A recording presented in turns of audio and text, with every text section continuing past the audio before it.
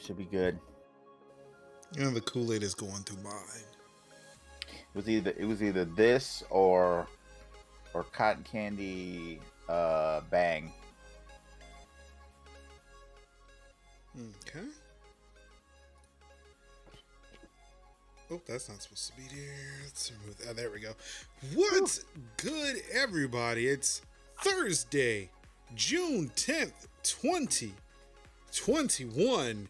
And you know what time it is. It's time for another episode of Tech Talk Thursdays. I'm one of your hosts, Marcus Major Lennox Summers. Of course, I'm joined this week and every week by the Pac Man. It's your boy Kev is in the building. Hey. Joined this week and whatever week he damn well chooses. The man that is wearing the shirt that I wish I can live as a lifestyle hybrid, or at least just my work schedule. Sinziak is in the building. Good evening, salutations, and also the food just arrived. Yeah. Ain't that how I be though? Ain't that how I be? Like, okay, we need to talk about this GPS thing because this thing says this person is 2 minutes away on my screen, but I can see him outside of my window. Maybe it's going to take him 2 minutes to bring the food to where it needs to be. Let me go and get it. I'll be right back. But the way the camera froze right there is kind of interesting. Like, it doesn't look like much on the stream, but looking at it in Skype, it looks kind of weird. Like it's like some weird tilt shift. I'm waiting for him it to correct itself, and then he's like gone and it disappears. Yeah, that's the part I'm waiting on. Where it's like, boop, oh, where did it go? Damn, that didn't work for me. It's like that bad editing trick from like the 60s when they did like Bewitched and shit, where it just be like all of a sudden they walk into frame and then be nobody, and then they would be like hard like S key cut and just be like he's like gone, and then all of a sudden he's there, and I'm like, what? Well, while we wait for... I'm back. Oh. As soon as he says that, then I just lost his feed completely from Skype. I was like, I'm back, and Skype feed gone. Yeah. Let's talk about Skype being disrespectful real quick. I mean, obviously. There we go. Hey. We here? Hey. Yep. There he is. For those of you who missed me, I apologize. It was a poor choice on your part. But I mean, we're back. It's always a poor choice on my part. Yep. So I was gonna ask Kev how his week was, but I'm gonna start with you because you're the one bringing out all the food. Let's start off with what's on the plate. What's on the plate today?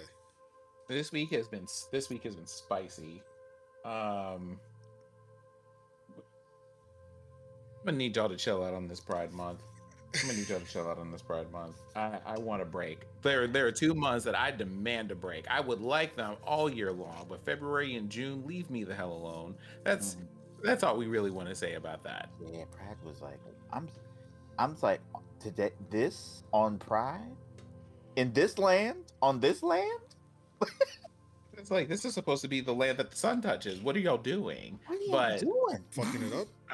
Aside from that, this week has also been a busy week because we had work things, we had webinar things, and honestly, there was a thing that someone sent me a DM for, so I may have shot a shot and got a Steam code out of it, so we're going to see how this goes. Uh-oh. Flex. Just a little. So what's on the plate? What's on the plate? I actually want to know physically what was on the plate. Oh, do you mean what I'm eating? Yes.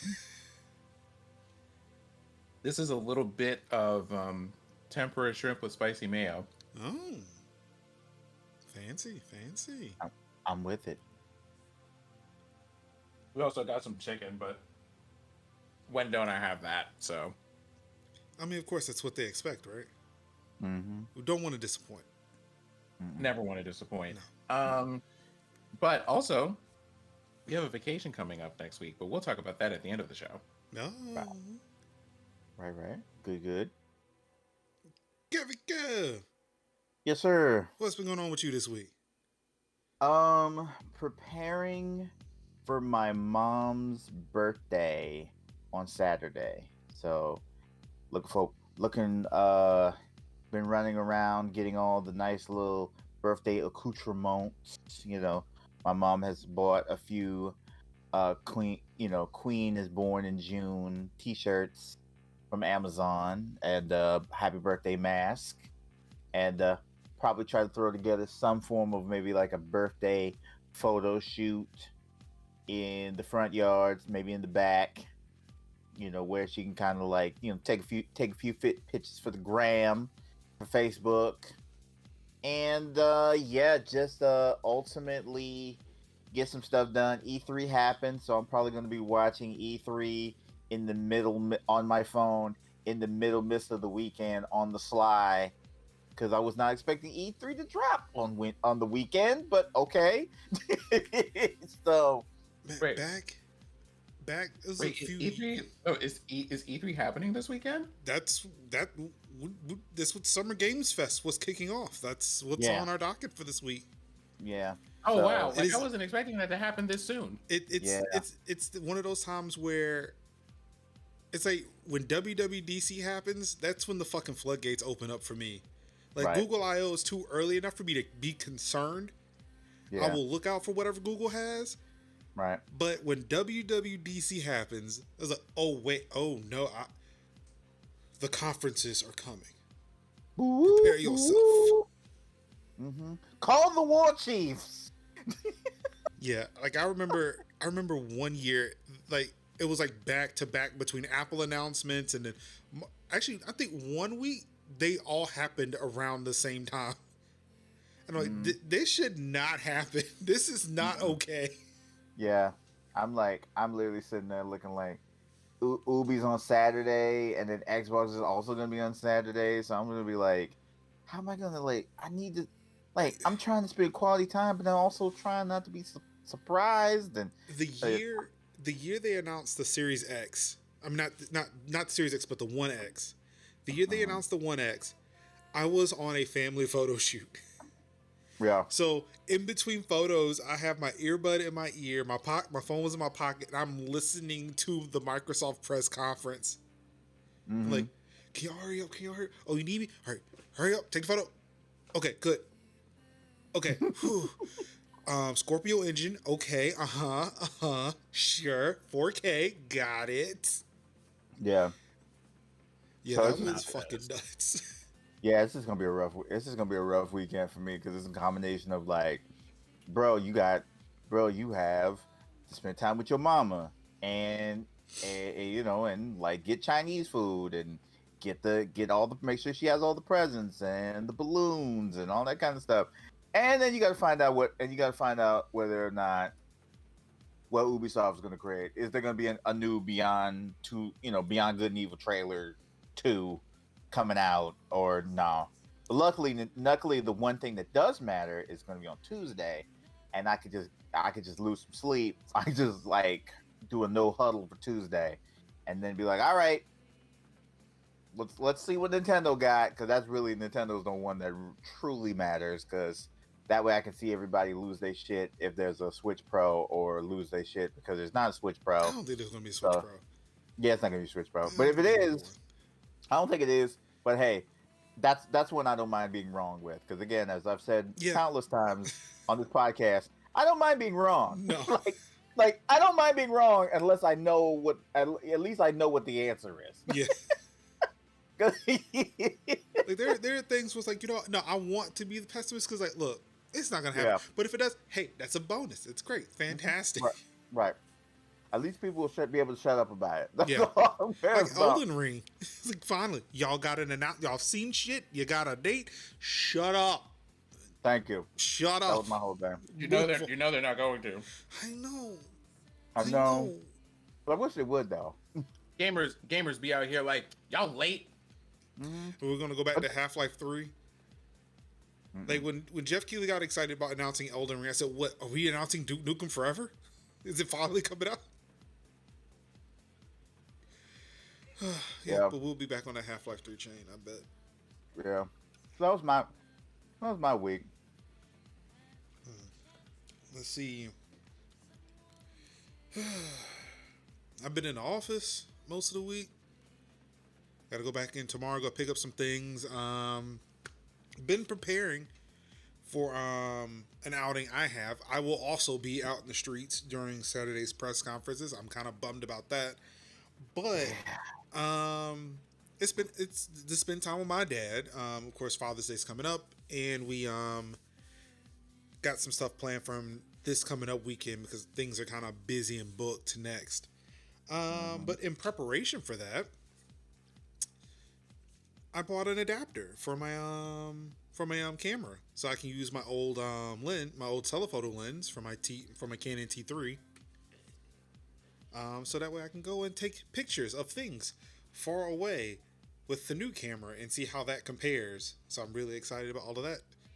And maybe I'll shoot a vlog of our adventure to a thing in which I will shoot things from very, very far away. I would like to see that.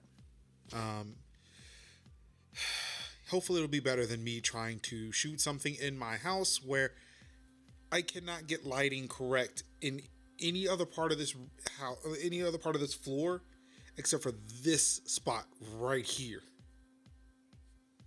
And I know people do not like how expensive Elgato equipment is, but man, it has not failed me. I have tried cheaper options and have not gotten anywhere close to where I am now with the lights that I have. But I get it. Whew. But with all that being said, how about we get into some news? How about it? Sounds like a plan to me. Something glitched out for a second. Y'all switched places in Skype, but as long as you're here. All right. Well, I mean, you know something? Maybe we should cover that first because, my God, that seems to be like the thing this week. Mm-hmm. Oh. What are we open? Oh, there we go. Yep. I was looking at OBS. Yeah, and I was for like, some reason, I'm not sure if it. Oh. Yeah, I think the OBS update changed how display capture works. Oh, excuse me. Of course, we got a tech talk call. A tech talk call in. A call in? What's good? It's your boy Mark Summers, host of Tech Talk Thursdays. We've got my mom on the phone. What can I do for you? Hey, Mama Linux. thanks. Where's my son? Downstairs, not up here. Mm-hmm. Okay. All right. Go ahead and have your fun. I'm going to find your son. Thank you, sir. You do that. You're looking great. You're looking great up there. I like that. I like that. Yep. Yep. Also, you like? It's nice. I see you trying to hide that gray. Mm-hmm.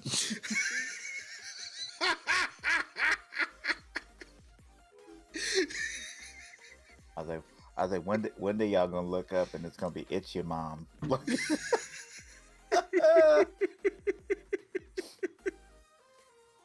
love her. I do. I think one day you're gonna mess up and gonna get an itchy mom cameo. I mean, if she ends up here this late at night, things have gone away. Yep. But yeah. So as I said, yeah, I think with this new OBS update, they changed how display capture works. So what used to be one monitor is now another, and it's a whole thing. And because we were doing Animal Crossing last week, I haven't been able to make those adjustments. So we're making them on the fly as always. And of course, we're going to start off with news that the Biden administration is abandoning Trump's plan to ban TikTok.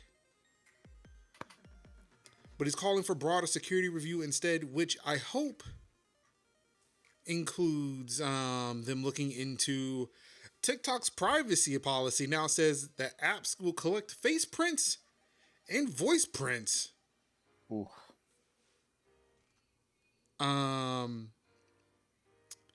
We may collect biometric identifiers and biometric information as defined under U.S. laws, such as face prints and voice prints from your user content. Where required by law, we will seek any required permissions from you prior to any such collection. TechCrunch observes that what is not said here is perhaps more important than what is. Quote, the statement itself is vague as it doesn't specify whether it's considering federal law, state laws, or both. It also doesn't explain as the other parts did why TikTok needs this data.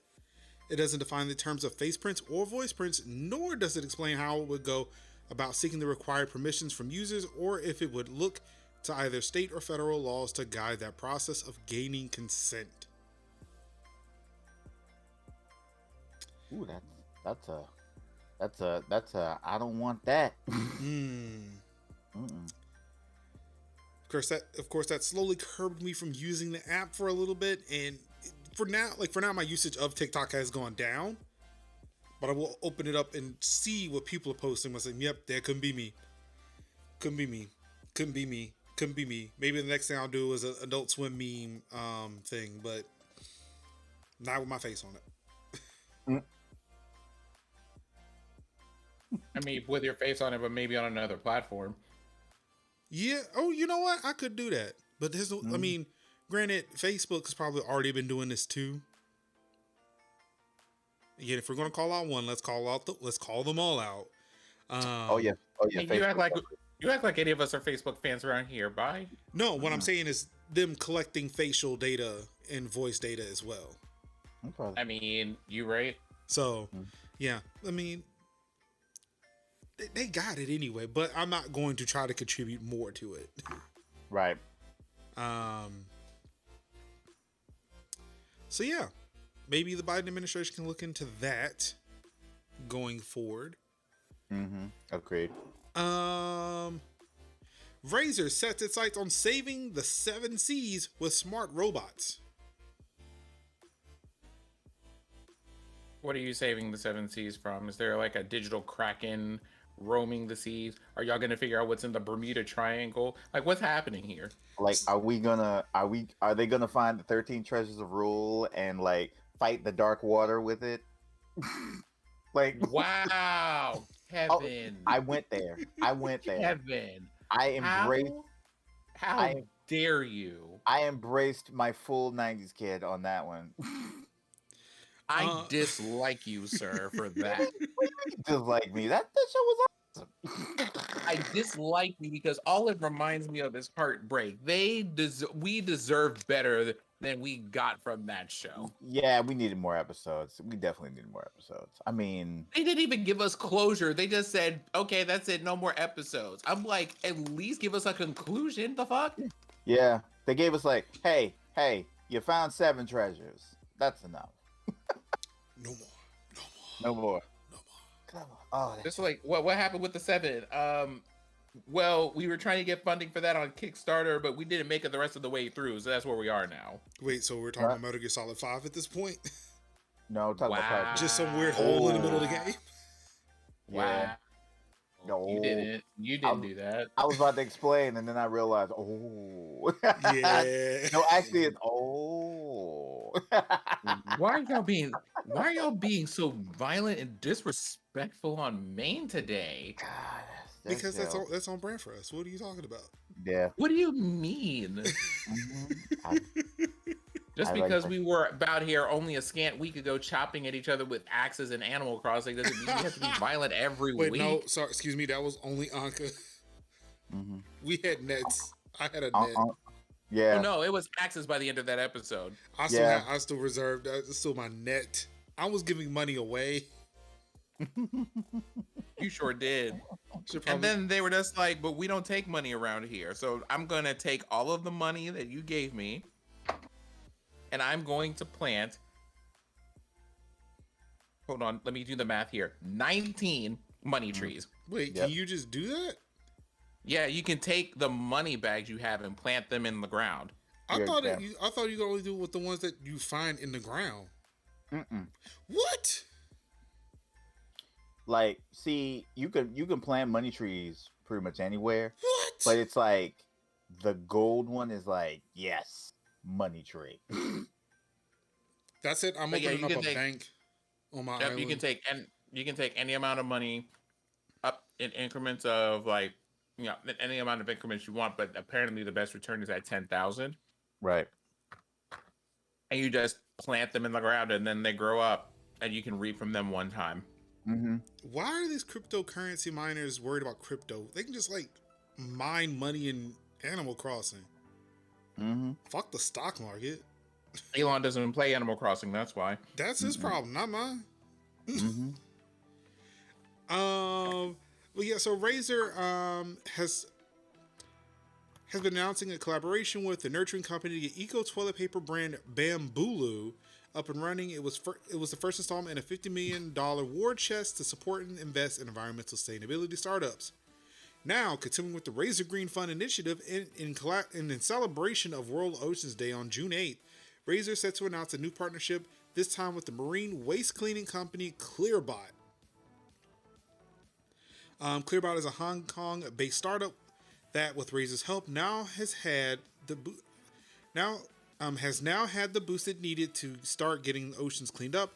Razer hasn't just thrown money at the startup either. This is a true collaboration, and soon Razer-branded ocean cleanup bots will be jetting around the seven seas in an effort to make up for another of our sordid missteps. Mm-hmm. Yeah. So instead of putting oil in the ocean, you want to put robots in there to clean up the oil or the plastic. So they're like Wall-E, but for the sea. Yes. Mm-hmm. Yeah, if they don't like travel the seven seas singing sea shanties, I'm gonna be very disappointed. Now I'm just gonna be disappointed if they do not glow RGB lights. I think at least one of the so I appreciate that you said sea shanties here, but I feel like we must also give honor first unto God, but then to the Eurythmics and the Sweet Dream song. Mm-hmm. Yes. Yes. Especially since these robots are literally about to travel the world in the seven seas. Mm-hmm. Actually, seven seas.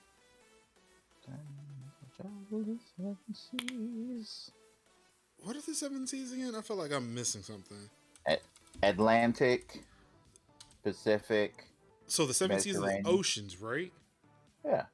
And then you have Indian Ocean, Mediterranean, the Baltic, Adriatic.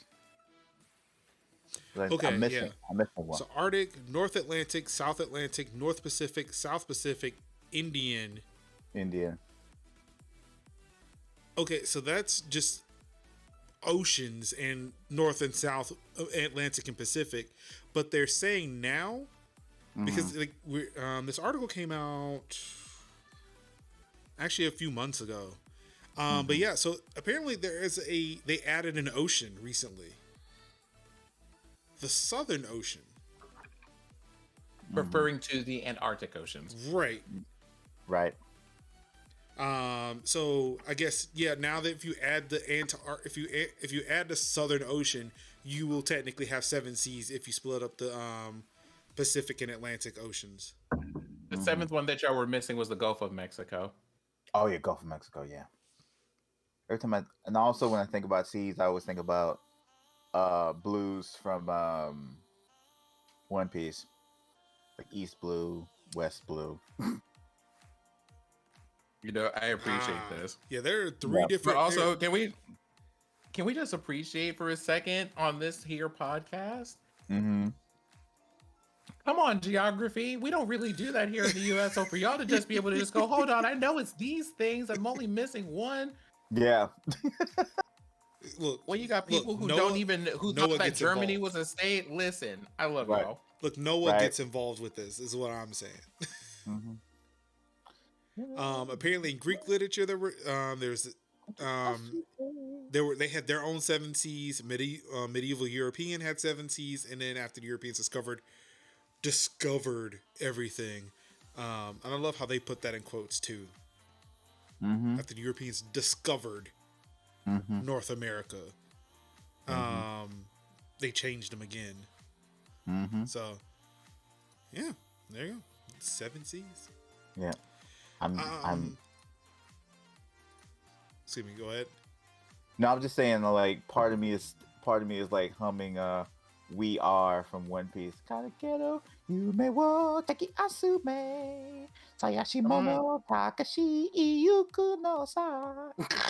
Someone draw Kevin singing One Piece. Commissioning an artist today. I mean, I heard that opening so much, so I was able to like, bam. Yeah, as much anime as I watch, I have not learned any of the songs in Japanese. So, Listen, after 20 episodes where every half hour a song comes on, every half hour, and you're one of those people who wants to power binge like a whole season at a time. Yeah. Oh God. Okay, I'll say I got close, but yeah, they don't stick. I was like, all right. Could we get just to more Gundam, please? More Gundam. Yes, the song is great. TM Revolution, awesome. Yoko Kanno, great. Gundam, please. Yes. Oh God. Tiger Mask W. That was when I learned a lot. I was like, Gatemo Jungle Nui Kyomo Arashi ga Fukirareru. And I'm like, yes. I hear that and I'm like. That moment when you get that anime credit though. Yeah. My anime points are through the roof. Y'all, I'm here to tell y'all though, Graphene is coming here to save our lives. It's going to give us more storage. Graphene could allow hard drives to hold 10 times more data. Solid state drives may be the go-to for phones and most PCs and laptops, but the humble mechanical hard drive still has a place in the computing world. When you need a lot of storage for the least amount of money, they're the way to go, and that could be the case for the foreseeable future due to a breakthrough from Cambridge University.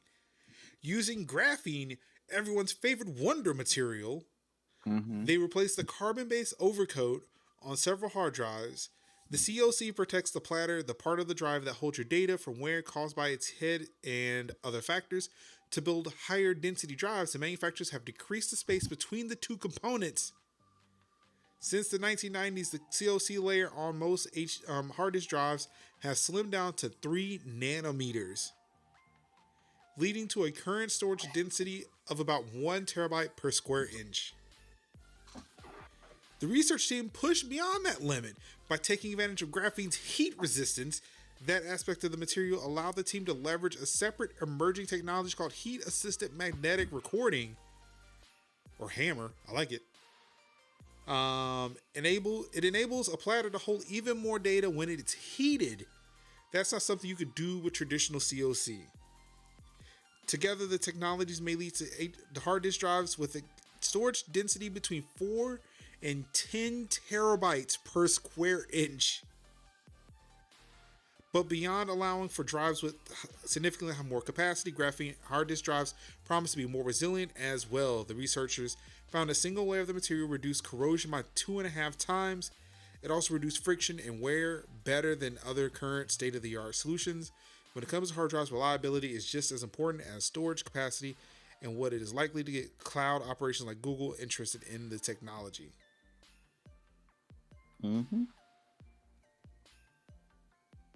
Like the sound of that. But then there's a catch that comes with every graphene related breakthrough. We've since the materials discovery in 2004. It could allow us to do many things, include filter water more efficiently and selectively kill off cancer cells. But so far, most of these applications have yet to make it out of the lab and into the real world.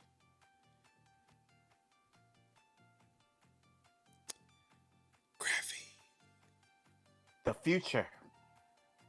Imagine being able to store 2 Call of Duty installs.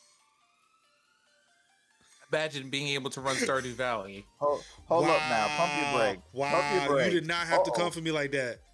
See, you did not. You absolutely, sir, you did not. Finn, what was it that you said about us choosing violence? And yet, sir. This motherfucker jumped from Georgia to North Carolina and punched me square in my jaw. Just being Agatha in the camera right now. Ugh. Wow. Graphene can't solve that, motherfucker. Mhm. Well, okay. So about this, I'm just kind of like, yay, technological advances. That's cool. How do y'all feel about, like, here's a question for y'all, like, related to this, but not in this article. How do y'all feel about, like, the state of mechanical drives versus solid state drives? Do you think they'll always kind of exist in parallel to each other? Given this information, yes. Yes. The fact that with these drives, like, because they are bigger and cheaper than SSDs, if you're Yes. looking for mass storage, these are the drives you still want to go to. Because, like, it doesn't matter if you can read from them, as long as you're being able to write and store that data. That's all that matters. Right. Because there are See, drives for like. Juno gets it. Send the mass storage, please. Oh yeah, because there are NAS. There are mechanicals for NAS. There's mechanicals for surveillance equipment. There's surveillance drives, like drives that you need to like run surveillance equipment. Server drive. I also need places to store my screenshots for tweets when people are acting out of pocket. Exactly. See, look, SSDs are great when you want it fast, but if you just need things to hold on to, if you don't care at the rate in which you get it back or that you wrote it in the first place, look, a hard drive is great. Like, they're good for backups. Again, like, I'm waiting for like these 16 and 20, 18, 20 terabyte drives to get lower in price, because you best believe I'm buying one. Oh yeah, that's. I don't even have that. I don't think I have that much data at all in my life at any one given moment. But you know what? It's here when I need it. Yep. Imagine holding on to all the games. All the games. And I've tried. That's why my IP address is blocked. Yeah, that's why I can't hold all my games. I can't hold all my Steam games on my current drive. I can't do it. like with all these damn data caps. Like, imagine, like, you need a place to store these games. Yeah. Yeah, them big hard drives. If it's just, like, again, like, when you look at these consoles, they may not be able to play the PS5 games on that slower storage, but at least if you could offload them until you need them, like, just literally just copy and paste. Yeah, I'm sitting here like listening to this and how I was thinking about infrastructure for platforms the other day, and it's kind of one of those. It's interesting that this is happening because people can see the need for them in a world where, like, online storage is a thing. Because it can all just go away. Because it can all just go away. Trust me. When you just Kind of hate it. One Tech Talk Thursday, we're gonna have to talk about that. I mean, we could talk about it on this one. Yeah. Definitely could talk about this. Like it's not a short conversation that I want to have, though. I mean, sure, but when the Fastly CDN server, the service goes down, and Amazon and CNN and Twitch and all that shit just disappears for an hour. Yeah. I'll talk to you about one, Fastly, and two, Cloudflare. Like, these two got us, like, all the way messed up. Like, one of them is going to sneeze one day, and we're just not going to have, like, the last, like, 50 years of history. We'll see. Okay. So, yeah. So, again, that's what I said. Let's talk about, because that was a thing on the topic list for this week, was the CDN stuff. It's one thing to sit there and say, like, okay, when the CDN goes down, the internet goes down. Yes, that's technically what happened. But the thing is, a lot of these servers aren't necessarily, like, the websites aren't being hosted on these CDNs. What the CDNs are doing are allowing or, like, saving copies of these websites. That way you can access them faster than you normally would. Right. If you were reaching out to Amazon's actual web servers in Seattle. Fun fact on this one. The only reason that I happen to know that is because I work for a software company in e-learning. And so we have to know a lot about what CDNs do and how they work, because we have to explain that to people. Well, how do I get information? What happens if someone lives here, but they want this information and all of this? Yeah, so let's see. Let me take a look here. Actually, I think I have a terminal. Yes, I do. There's terminal. So I'm going to ping Google right now. Now, see, this response I'm getting after a ping to google.com is not coming from google.com. Mm-mm. Like it's coming from a CDN server, which happens to be close to my house. That's serving me google.com. Let's see, I think it's actually traceroute. Come on, Linux, teach the people. Mm-hmm. Oh, I have to install it. Let's see, it shouldn't take too long.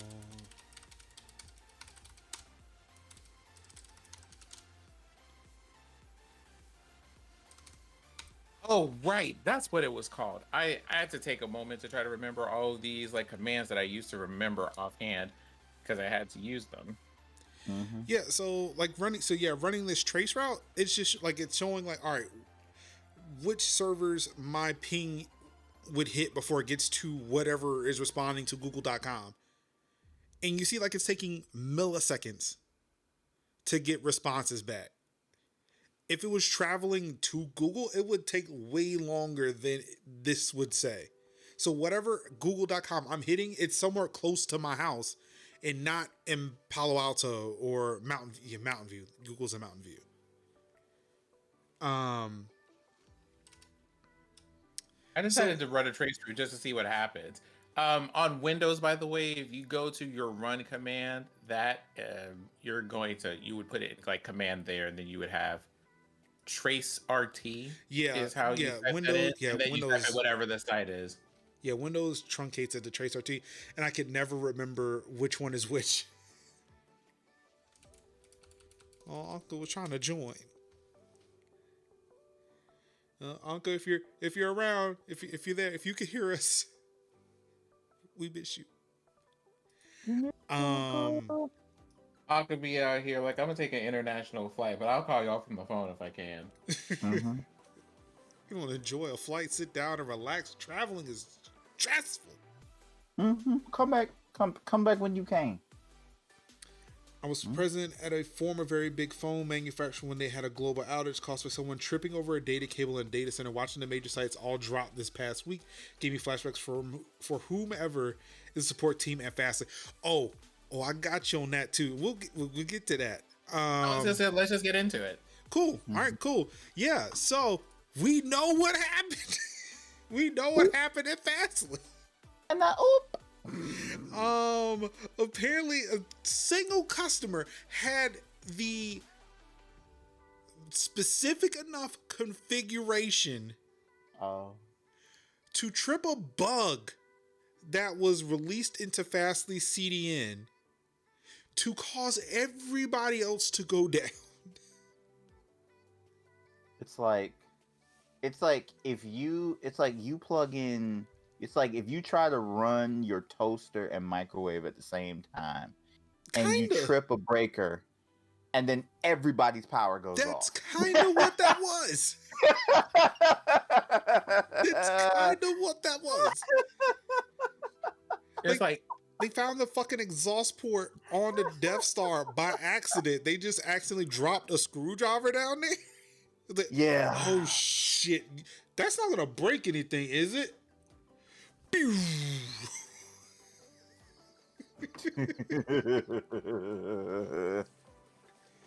Wild. So yeah, the equivalent of somebody tripped over a cable. Yep. Bought half the internet down this week. Jeez Louise. What happened? Well, I put it in the microwave. There was like a little pop noise, and then all of a sudden everything got shut off. I don't know what happened. Man. Yeah, you know. But yeah, so that's it. So that's the thing with this, and I know you had posted an article in our Discord chat about it as well, like about this being overly complicated until and nobody really cares until it all breaks. Yeah. It's a thing of like CDNs don't host anything. Unfortunately, because of the way our DNS servers are set up, we're all pointing to fucking CDNs. Mm-hmm. It's very rare that we're pointed to an actual dedicated site. Mm-hmm. Even MajorLinux.com is a part of Cloudflare. Right. Sure, for CDN reasons too, but honestly, it's been helping me keep people from fucking trying to log into my WordPress site because they're fucking assholes. Um, but yeah, like with all the sites plugging into CDNs to try to make their websites faster all over the country, then yeah, like when it goes down, like it does appear that the internet went down. And it's like for certain people, it doesn't affect them. It's like a small power outage. It's like this area might be dark, but then this area still has lights. Yeah. Kind of like how someone trips a breaker, but it only takes out the electricity in the living room, not necessarily the bathroom, the kitchen, or upstairs. Right. But if everybody is in the living room and all the lights are off everywhere else, then yeah, you for a second might think that the whole power just went out. Right. It's just like, what? Like that actually happened when we were in the house. Like apparently the electricity was working for half of the house when we were doing an inspection when it was being built. And we walked in, it was the middle of the day. There was no need for any lights. But yeah, we went in and we tried to turn on light switches and nothing would come on. And that's when they found out, oh, well, the power must be out. Until we walked to another half of the house. It's like, turn those on. Well, the lights work here. Okay. Oh, okay. We see what's going on and they fixed it. But it's that thing, it's that perception of, when it looks like a thing and you don't really check with everybody else, say, hey, is it working for you? Or you just can't, because again, if Facebook went down, you're not messaging anybody, you're not being able to post any tweets or any messages about it. You know, it's hard to kind of check. Right. And of course, like you can't check CNN because CNN's down. Right. Down detector might have been down, which kind of sucks. Yeah. It was something that happened in my area, like, God, this had been like about 5-6 years ago during the good times before the doom fell. And like Verizon towers just stopped working. Just the Verizon towers. Like, you know, AT&T, Sprint towers were good. T-Mobile was good. But just Verizon towers went down. And anybody on Verizon, which is a good chunk of Verizon customers, number one U.S. carrier. Yeah, so if Verizon towers go down, you're basically like, well, shit, I can't make any phone calls. Like, well, shit, I can't make any phone calls until they fix. And them things was down for like a couple of hours. Like, imagine people just not be able to make phone calls for hours. Didn't we cover a DDoS attack that wasn't a DDoS attack? Yep. Yeah. And it's like, imagine when you talk to people and actually understand, how the internet works. Yeah. And how, in that instance, CDNs actually save the day because they have measures in place to mitigate that problem. But again, the word for the day brought to you by Tech Talk Thursday is redundancy. What? Oh wait, we're supposed to like celebrate, right, and just like lose our shit, like in Pee-wee's Playhouse, right? That was You know that Wait, hold on for a moment. Let me see if I can find the appropriate sound effect for this. Give me a second.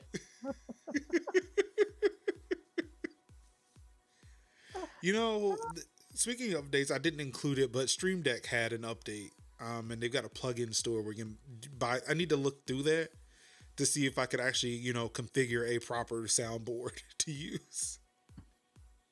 There you go. Every time we have a word of the day, I need to pull this up. All right, there we go. All right, let's see if this works. Well, it probably won't.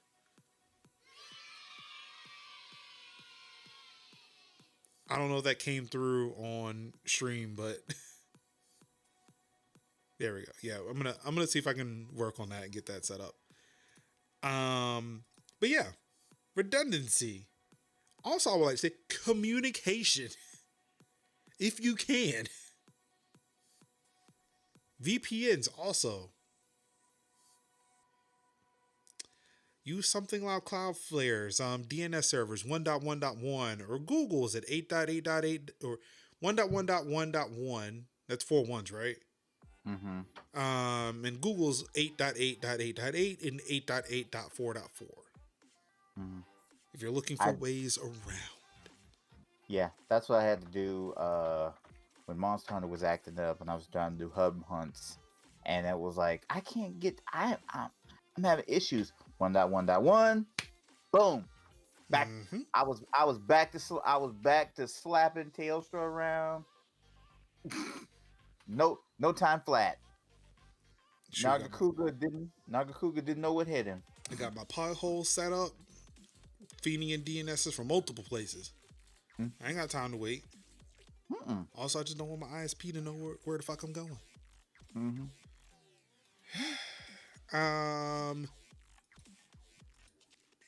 Next story here. I know we've had some conversations about, sailing the high seas when looking for various treasures in times of great need. Mm-hmm. Pirated games helped a malware campaign compromise 3.2 million PCs. Oh. A nameless malware strain stole 1.2 terabytes of personal information, including 26 million login credentials. I bet you they want one of them graphene hard drives. Mm-hmm. A Trojan virus that infected millions of PCs and stole over 1.2 terabytes of personal information was largely spread through legal software, including pirated games and a cracked version of Adobe Photoshop. Security researchers from NordLocker said inside the treasure trove of stolen data was 1.1 million unique email addresses and 26 million login credentials, among other things. So again, I'm not going to tell you not to do it. However, I'm going to tell you to please be careful when you do. Mm-hmm. Somebody might have infected your booty. Mm-hmm. When you're out there on them high seas, saying yo ho ho and a bottle of rum and alive-o and all that kind of good stuff, please, people, Check please yourself for obey scurvy. that. Yeah. Don't get scurvy. Don't get scurvy. Eat some lemons. You'll be all right. No, not scurvy. I mean, what, syphilis would have probably been a more apt disease that have been caught and transmitted.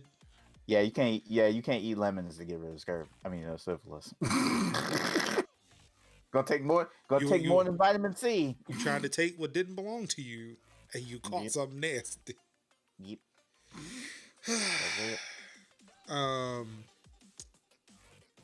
So yeah, please be careful out there. I'm sure there are some very legitimate cracked versions of Photoshop, but you never know. Use GIMP. Yeah, it's free. Same thing. I really do need to try to use GIMP. Yeah, try to use GIMP. That's gonna take a weekend of me just like not doing anything else. Yeah. I have workflows. Is one of these things that you're trying to get the very specific free 99 thing. Mm-hmm. Yep. Use GIMP.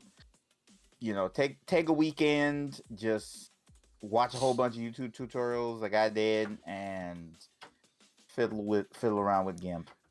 Honestly, I just want to see if I can recreate the workflow in Photoshop in GIMP, and maybe. But then again, I pay for if I could actually use GIMP instead of Photoshop, then I can actually reduce my Adobe Creative Cloud bill to only just paying for Premiere, because I've tried the other video editors and I do not like them as much as I like Premiere. Yeah. What was me? Now into Apple news. Oh. Apple is facing... excuse me. Apps continue to track users despite Apple's privacy prompt.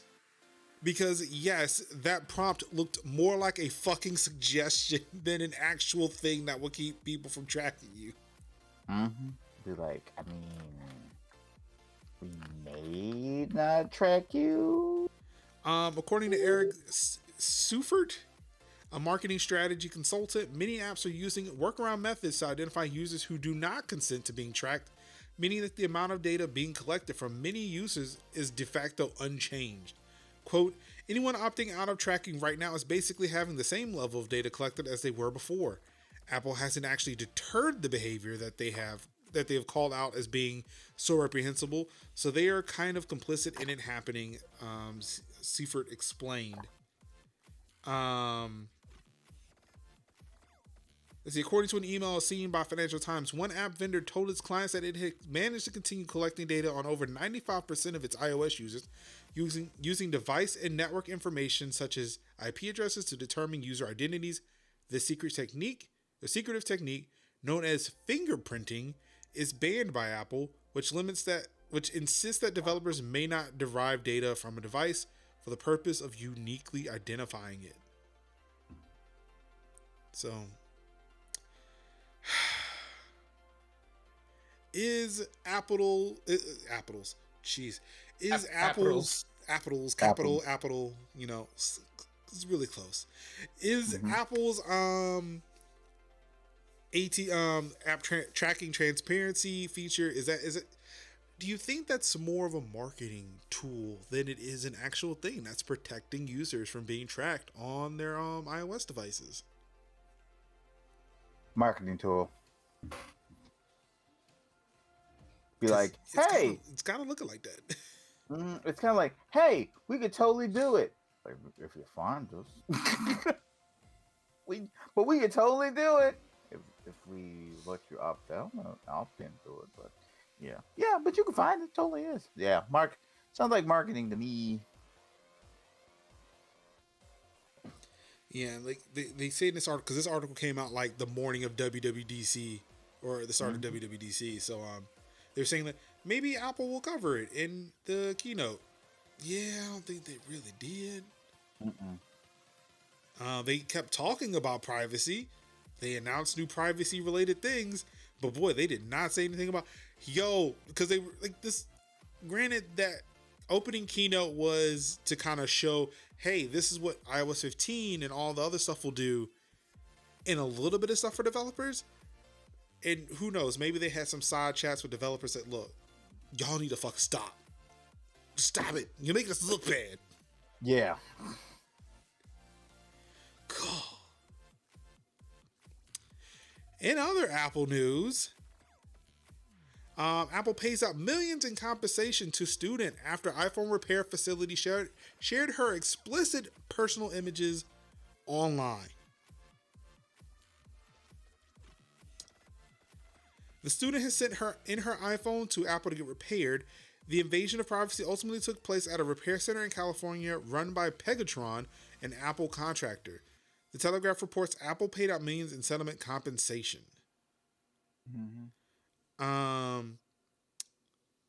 About 10 images and videos from her personal on-device photo library were shared online by the repair technicians.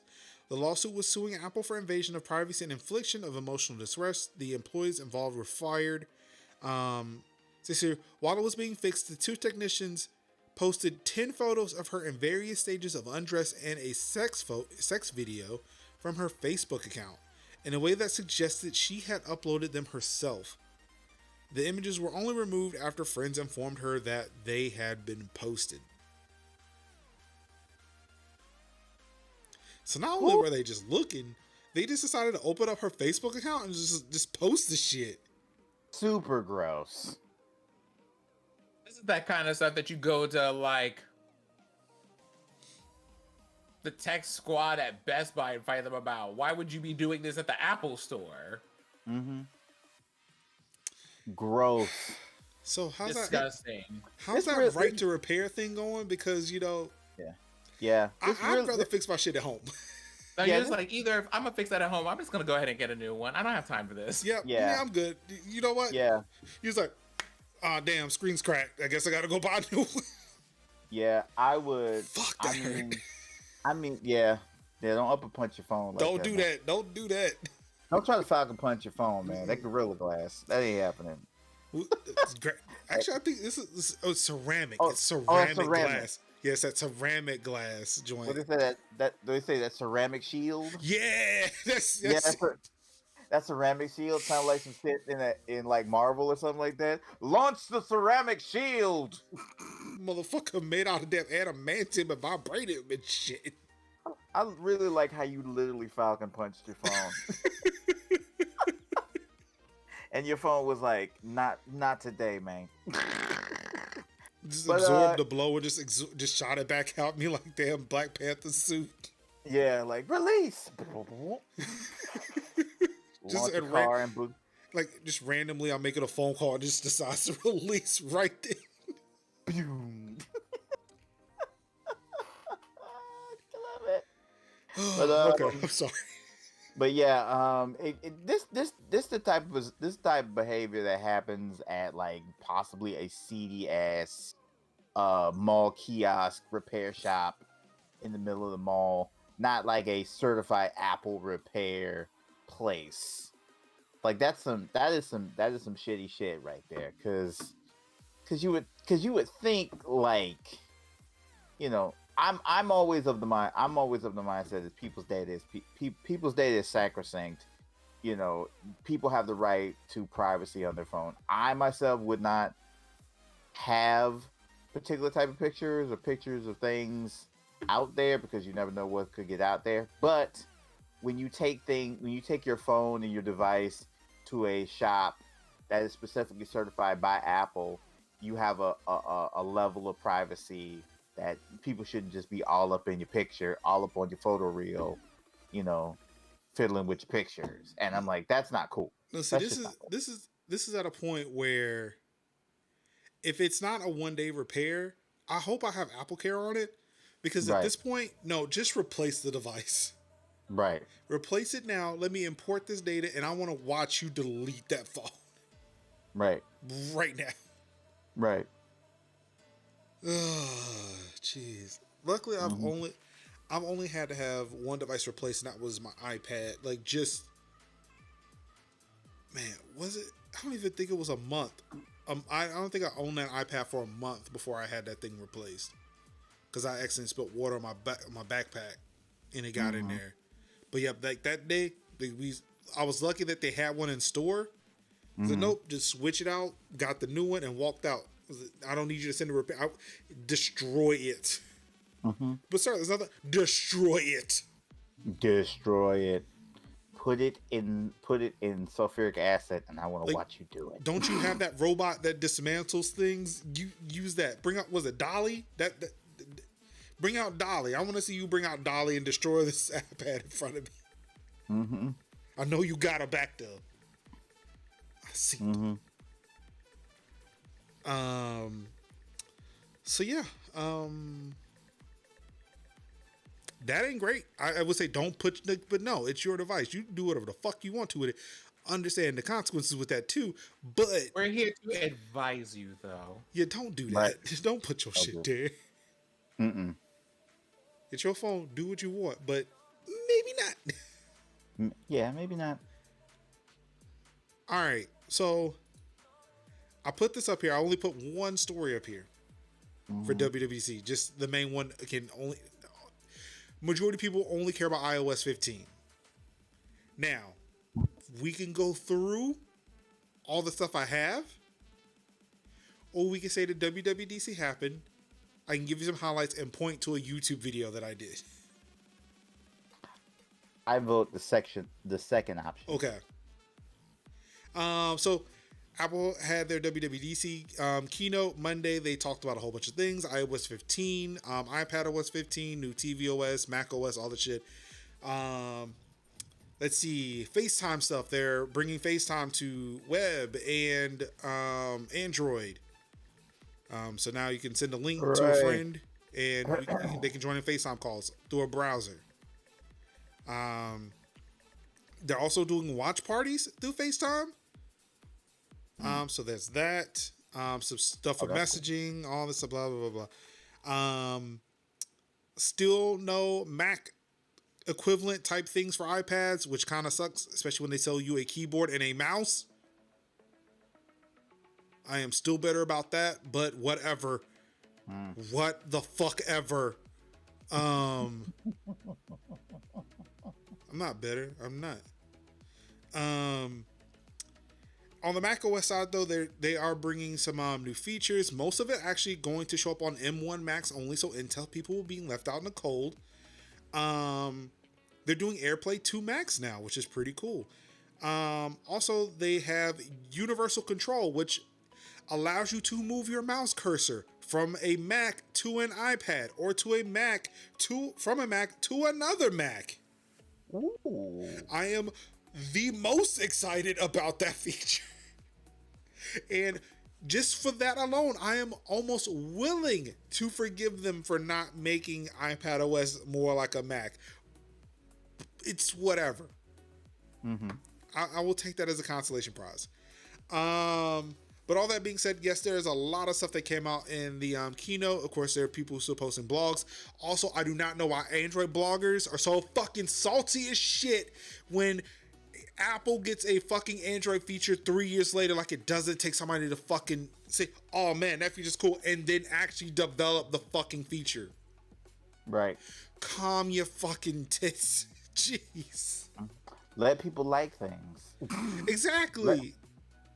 Let people be happy about the things. Like, or just like be happy that you had the feature first. Good job. You did it. You get the gold star, red, yellow, blue ribbon. You did it.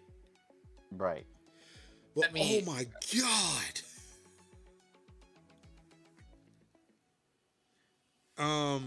Of course, this rant is stemming from an article that I saw where one guy was like, oh, Apple's doing Android fragmentation and they're calling it a feature. No, what they're doing is say, hey, there's a new update. Would you like to hold off but still get security features? That's fantastic.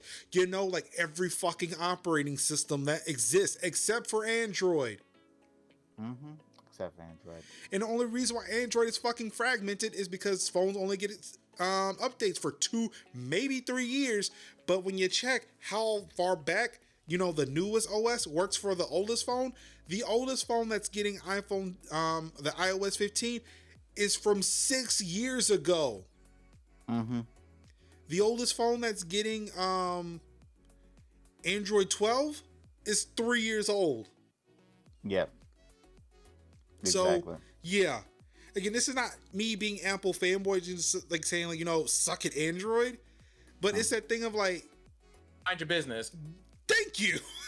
Yeah, thank you. Mind your business. Thank you. Exactly. Because, I mean, It's how like, many things? like, mind your business. You have a device in the ecosystem that you enjoy being around. Let people enjoy the one that they're in. Shut up. Mm-hmm. Thank you. Jeez. You know, whatevs. I exist to be the anger translator for this group. Appreciate Right. it. Because you know I'm bad at it. Let people enjoy things. Okay. That's what we've always. That's why I've always said. Like, I might not understand a lot of it. I might not understand it. I might feel a way about things, but guess what? I'm gonna let you enjoy the things that you enjoy. I'm gonna let you enjoy that. Like, I'm gonna let you enjoy it. Because I'm not gonna be like, oh boo. Except for Nintendo fans, I'm always gonna be like, look, you guys need to chill. That's what just get disappointed. This is Like, not so much like, oh, somebody got a feature. No, they just disappointed all the time. They just disappointed all the time, and I just have to tell you, y'all need to tamp down those expectations. You'll live longer and be happier because of it. But anyway, but yeah, just let people enjoy. Just literally let people enjoy things. Like, that's it. But yeah, you can catch all my thoughts and stuff like that. I did. It wasn't supposed to be that long Monday, but it turned out to be an hour and a half of my thoughts, feelings about all the stuff that was announced at WWDC. Over at youtube.com/MajorLinux. It's one of the latest videos that were posted. It is its own separate video, but it's also a part of the Yakuza 0 stream archive. If you would like to check that out. Comment below, let me know what you feel. Hit me up on Twitter. But yeah, so WWDC happened. It was an event. But yeah, gaming time. Who's ready to talk about some games? Who's ready to talk about this event today, though? Oh, yeah. We'll get to that shortly. Sure. First, I want to talk about Stadia. We got Stadia news this week.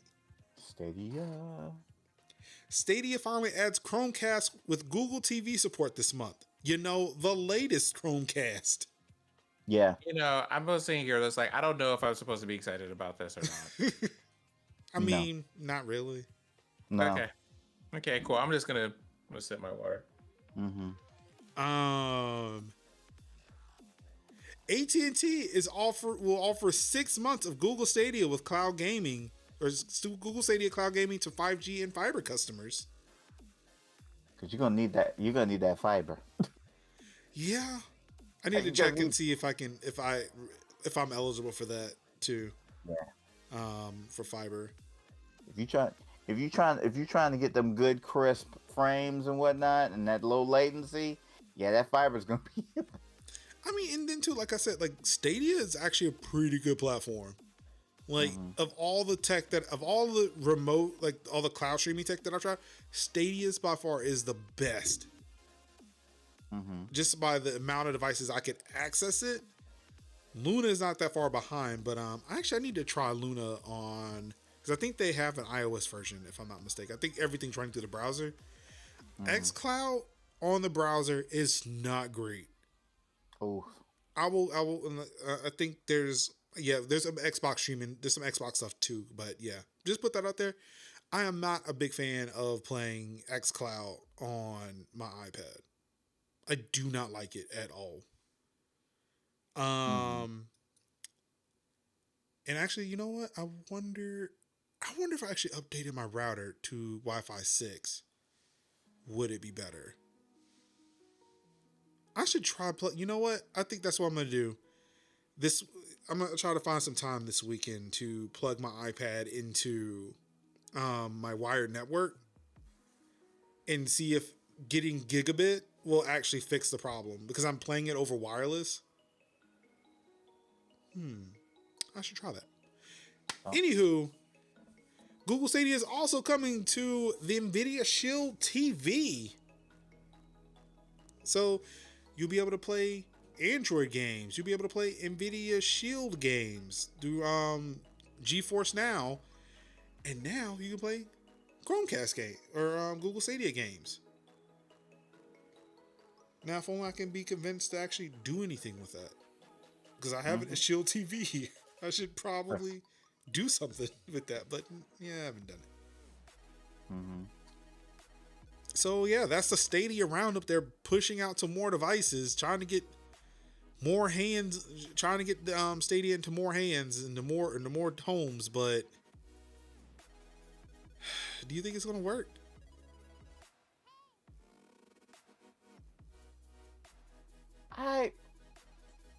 I'm cautiously optimistic about that, because I've always said Google messed up by not saying that it was early access. And that would have gave like early access kind of like a closed beta. Well, first of all, you do like a closed beta loop and then you have basically your influencers, your reviewers, and everybody else in a small curated experience for those. That kind of gets people a good sense of what your technology is, but doesn't really dump a lot of people onto your servers yet. So people can get a taste, a whiff, a smell of the service without totally like opening the floodgates of it yet. People get a taste. And then you do early access until you get to 1.0, until you open up your support. Open up your support to more developers, lock down more, like exclusive games for Stadia and yada, yada, yada, yada, yada. But yeah, Google missed the great opportunity by just saying early access, or, so because that gives you that nice ground cover of if shit goes left, you can always understand that, well, it's early access. Like, I've been playing this game called Hoko Life, and it's an early access, and I like it, but there's not a lot going on in it, and it's like I've had issues, but it's early access, and I know that they've always been like constant with the updates, constant with the information. So if you just constantly keep your product supported, which I didn't have the most confidence with Google, because Google kind of like buries their mistakes a lot. And like, so, but I am glad that they are taking steps to support more Chromecasts Chromecast models, and instead of it being like this one singular like Chromecast that properly runs the service well, I do like that the fact that they're going to the the new $50 model, so that's good. But I'm not saying that it's like too little, too late, but with XCloud, XCloud becoming XCloud out there, um, Nvidia's thing and GeForce Now, and Luna, like I feel like the market is starting to become more, not say saturated, but definitely becoming more competitive in the space. Like if somebody could just lock down that technology in a way, to kind of like get that technology to be more consistent, then I think that Google has a pretty good fight on its hands. And it's good that like even though xCloud is kind of a little bit kind of wonky, it's still included. Like you could still like, it's like, oh, I don't have to pay anything else to access it. All I just need to do is download the app, connect my controller to my phone or my tablet, and then start playing. But so the barrier of entry is low. Um, but yeah, I'm hopeful that I'm hopeful, but I'm hopeful, but I'm hopeful, but I'm not like surprised if like Google's like, I don't know if we can keep this going, or it like scales back in a way where they could just be like, well, we'll just do like a few games if any.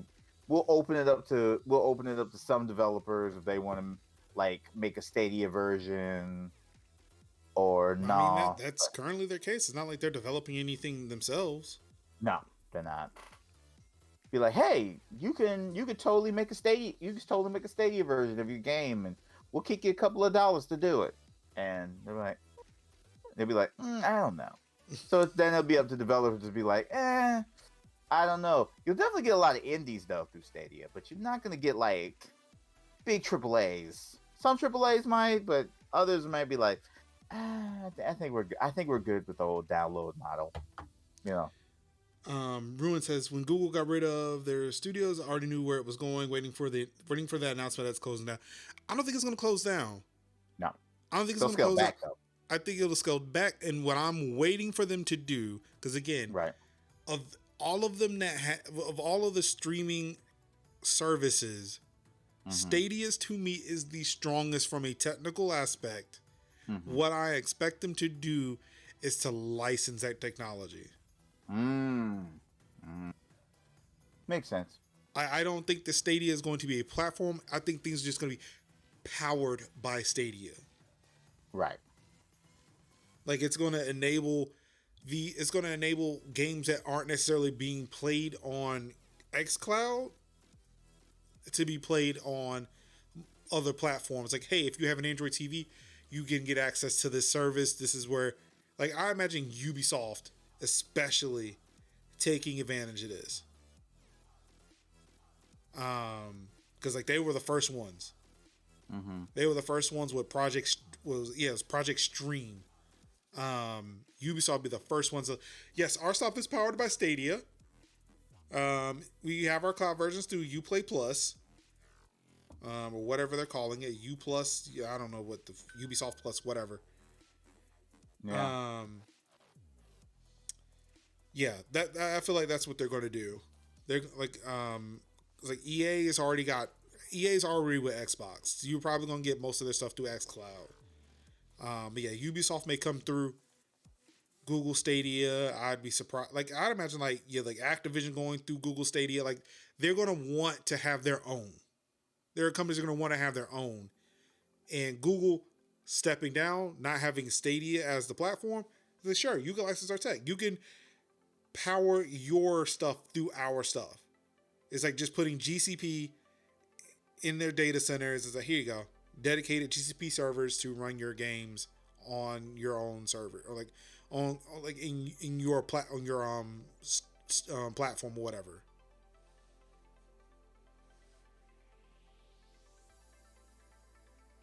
I imagine they drop. I don't think Amazon's gonna stick around.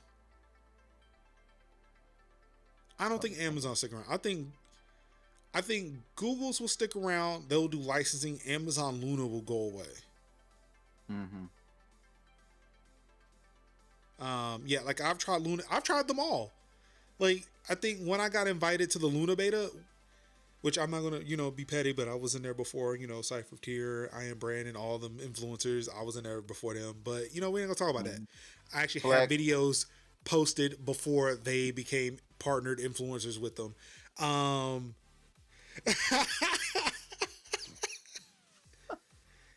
Get me out of here. Get me out of here immediately. But yeah, like I've played with all of them, and like Luna is okay, but again, I will stand by Stadia. Stadia's tech is solid to me. Right.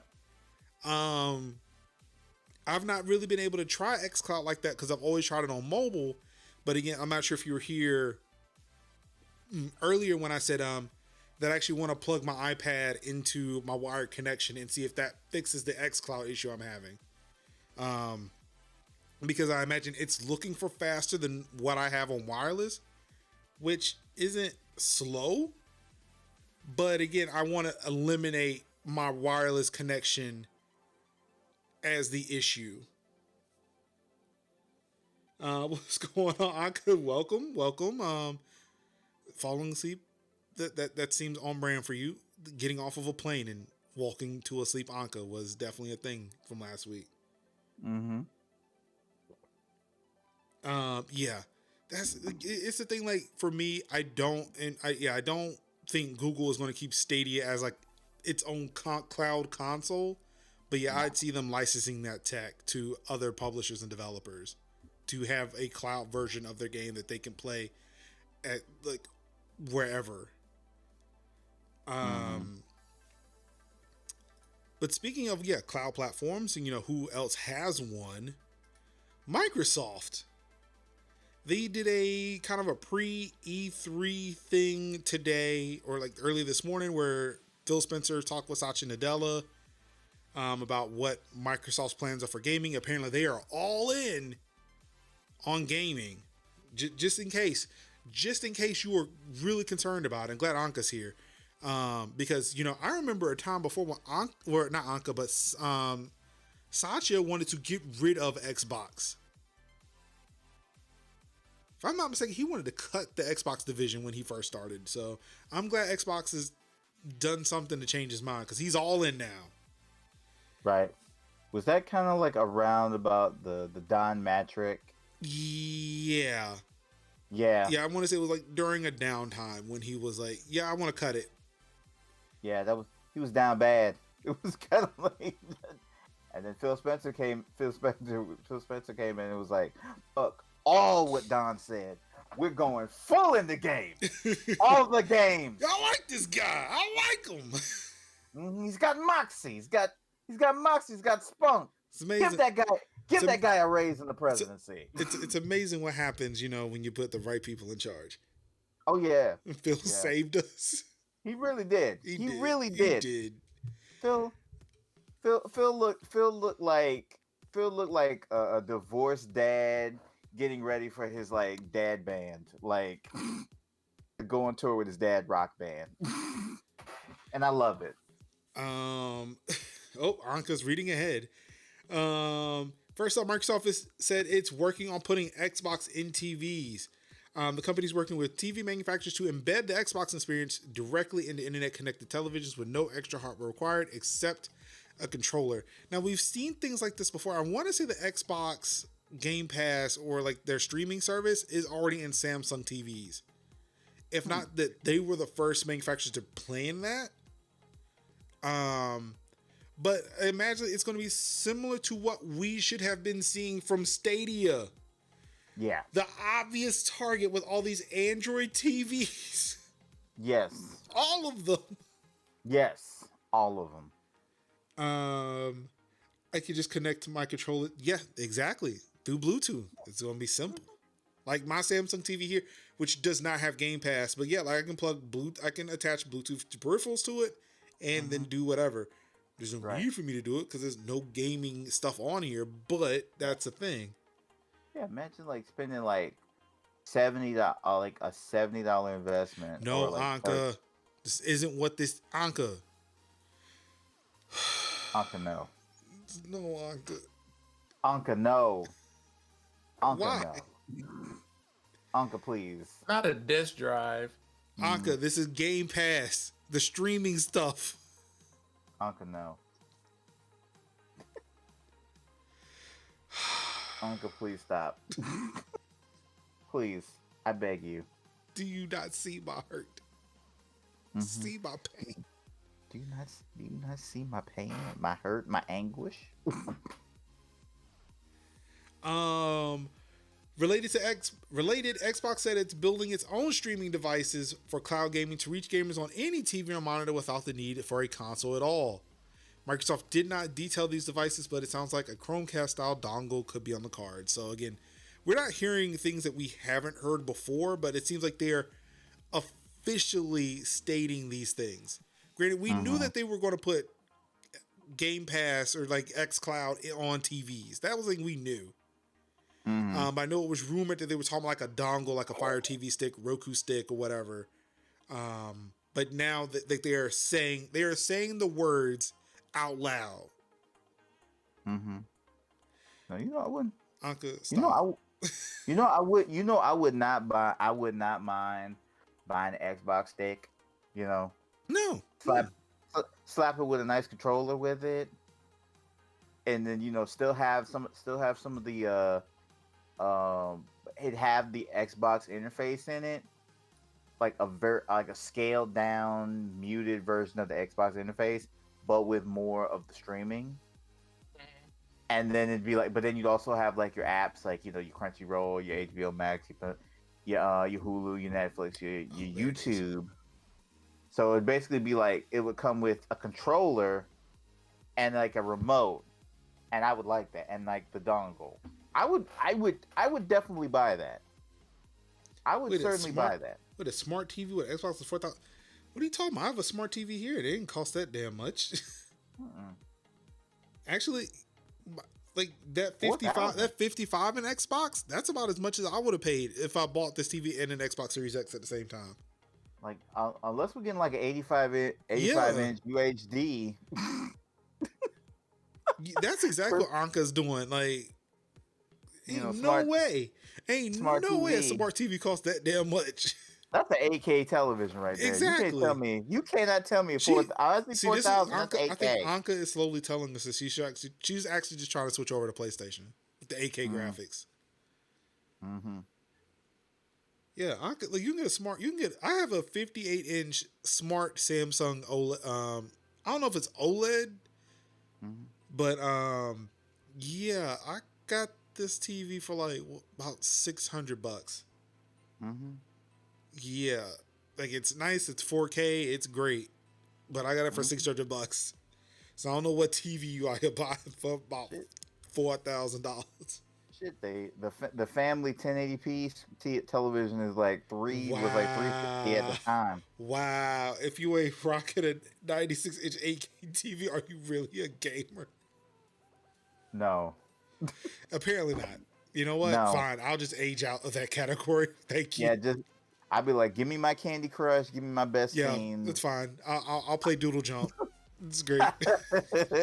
I'll play Royal Match and just be just fine. Give me my Match 3 games. Yeah, I'll take my son's iPad. I'll put Cut the Rope on it. Yeah. I mean, to be fair, like for the past 2 weeks, I've been playing Apple Arcade games on my iPad just to see. Nothing was stopping me from doing this before, but for some reason, being motivated by this new iPad and the fact that I bought that Xbox Series controller, it's like, you know what? Fuck it, I'm doing it now. Yeah, let me just install Shop Titans on my phone and build my shop up. Good grief! Now, see, y'all out here hoop dreaming. I'm sorry, I can't live with y'all. Y'all on another tax bracket down now.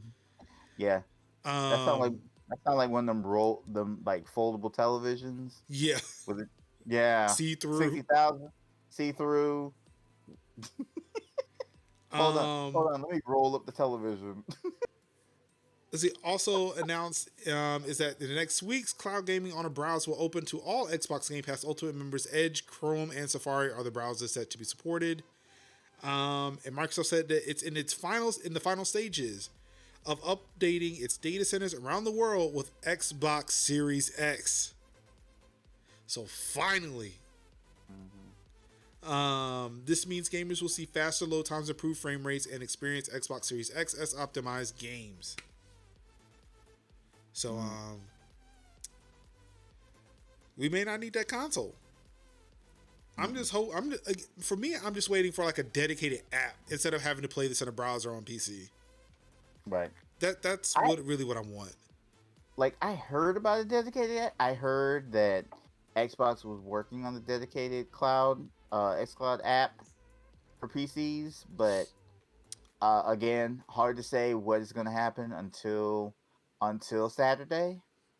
So, because I mean, they could mention it Saturday, they could not, and we're out here dangling. So, just so we're clear here, I pulled up this TV that they've been talking about. Thanks to Ruin for providing a link to it. Yeah, there is only a 55-inch and a 98-inch version of this TV. The 98-inch version is currently at $59,999.99, marked down from $99,999.99. So, I mean, if you like a sale, this TV retail for $100,000. $100,000. Oh my god! I can't. Whew. I cannot live these lifestyles y'all young folks are living. My chest. Also, what came out of that video today, Microsoft says it's already working on new Xbox consoles, some of which won't come to light for years. I thought that said it wasn't, that it was going to be light years before it was available or some shit like that. I was like, oh wait, no, it's a light 4 years. Okay. Phil, I'm gonna need you to focus that time and energy to make sure that we can actually get consoles of this generation. No, Kev, listen to me. Listen to me. They're announcing new consoles right here. Let's get the scalpers to focus on these. Then we can buy the ones that exist because they're already old news. Yeah. Think about it. Yeah. You're right. I see. Phil know what he doing. He bought Xbox from the brink. Let him work. Let the man work. Okay.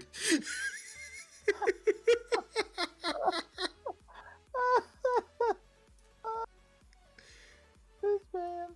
Thank you, Sid, for playing along. I appreciate it. And see. Yeah. So yeah, new consoles are in the works.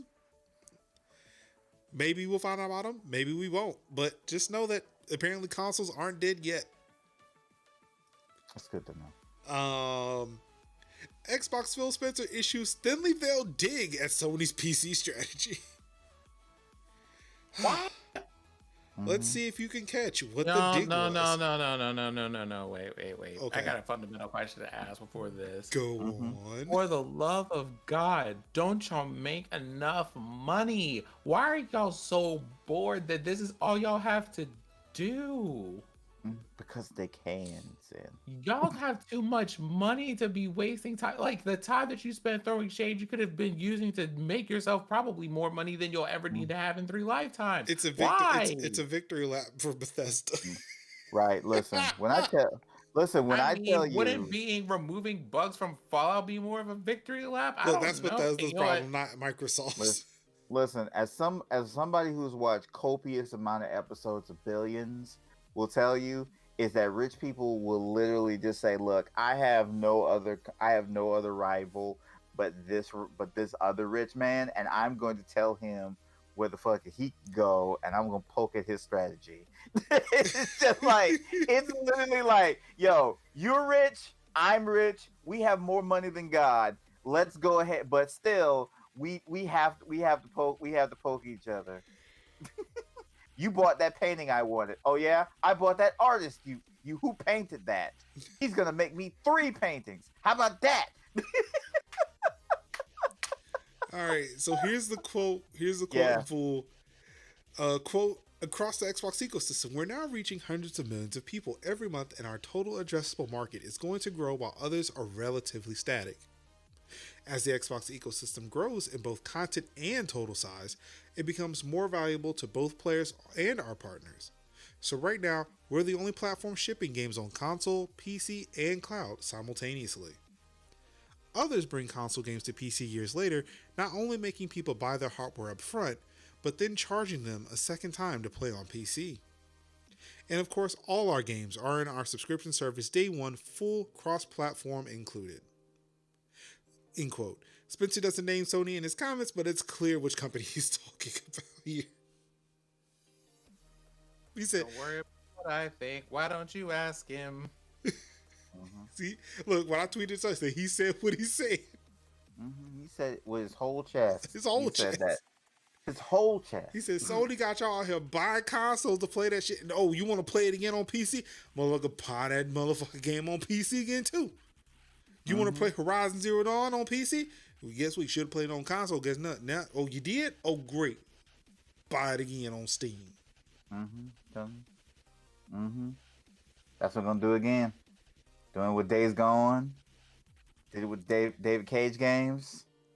Horizon. Do you think Xbox, especially Phil, when is he taking it personally what he saw back in 2013? With the Dimatric, yeah. No, not with Dimatric, but with what was it? Shuhei Yoshida and the Rhodes dude. I can't think of his first name. Oh. Where they're like, this is how you share a game, and they just pass the game to each other. It's like a 5-second video. It's like Telltale. It's like Phil will remember that. Let me see if I can find that shit. Yeah, that shit was funny as hell. It was like he sat down there in the, cause see he wasn't on the stage when that happened, so he was probably like in the back. He was probably like in the back, which is funny because it was like an episode of Killzone. It was a copy of Killzone Shadow. Do you think he's taking that shit super personally? You know what? Fuck you, so I got you. So wait till I get this motherfucking metric out this shit. Oh my god, I'm gonna beat your. Okay, you want to know what? Quiet as it's kept. That's the same energy that Weezer came in on today during that live cast. Don't think I didn't catch that. We were popping off in the comments in Discord today, but we'll talk about that later because I'm sure that's on our notes. That was definitely a like. I will remember that when my time comes, and I will not look upon you favorably when it is. Like that Sony press conference back in 2013, like it was just like Sony beating the pulp. It was like Omni-Man to Xbox at that point. Like, do you not understand how easy this is? And now Microsoft's like, oh, we understood. We got that loud and clear. How y'all handle it though? I say look at what they do to mimic. This is how they mimic us with only a fraction of our power.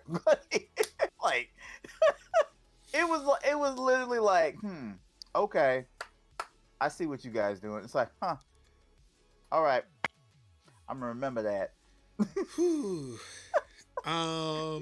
Last thing that came out of there, Microsoft aims to release at least one new first-party game into Xbox Game Pass every quarter. So at least every 4 months, or no, 3 months. 3 months, yeah, that's right. A quarter of a year. You get a new Xbox first-party Game Pass game. Right.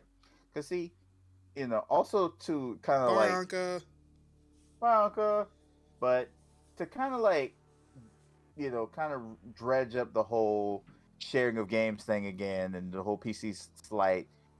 Phil's kind of like the arbiter of the whole Game Pass, thing. to where it's like, okay, you basically pay for this service, you get day one games, and then you get day one games on PC.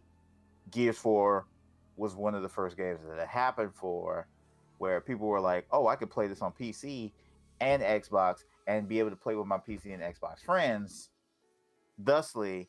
And I know it's kind of like, it's like, oh, look at Sony re-releasing the games. Look at them.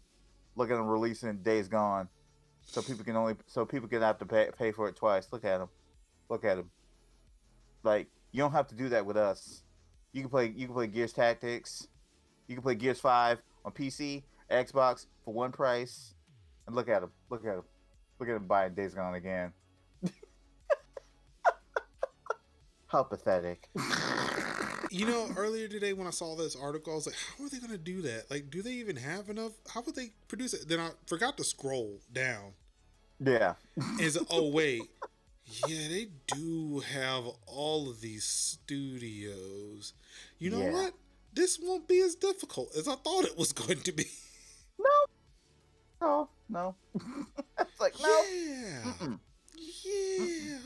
I can see Microsoft doing this. All right. This is like one, it's the thing of thinking about, all right, how often do you get a quarter in a year? Okay, you get 4 of them. So it's not like they're doing it once a month. Like my brain tried to tell me. It's like, no, it's once a quarter, which means it's fewer. Also, they have studios. They can technically meet that goal and exceed it if they really wanted to. If they spread these releases out just a little bit. Because it's not like Microsoft internally making games. It's like it's studios under Microsoft umbrella that are making these games. Yeah. So Microsoft just has to Xbox and Microsoft just have to make sure that they're properly funded. Yeah, which I mean, come on, they got that lunch money. Yeah, they good. They good. Yeah. So So Microsoft announcements came out today, but of course, we're all here for Summer Games Fest 2021. It has kicked off the E3 and beyond season. That was some good drops today. Like I've been keeping up with the trailers, and I'm like, there was some good drops today. Nice drops. So this is not in any particular order. This is from Tom's Guide. So I guess they ranked it on, I guess, what they thought were the exciting bits of information that were talked about. First off, Elden Ring. Elden Ring has finally been revealed in its entirety. They've got gameplay footage out.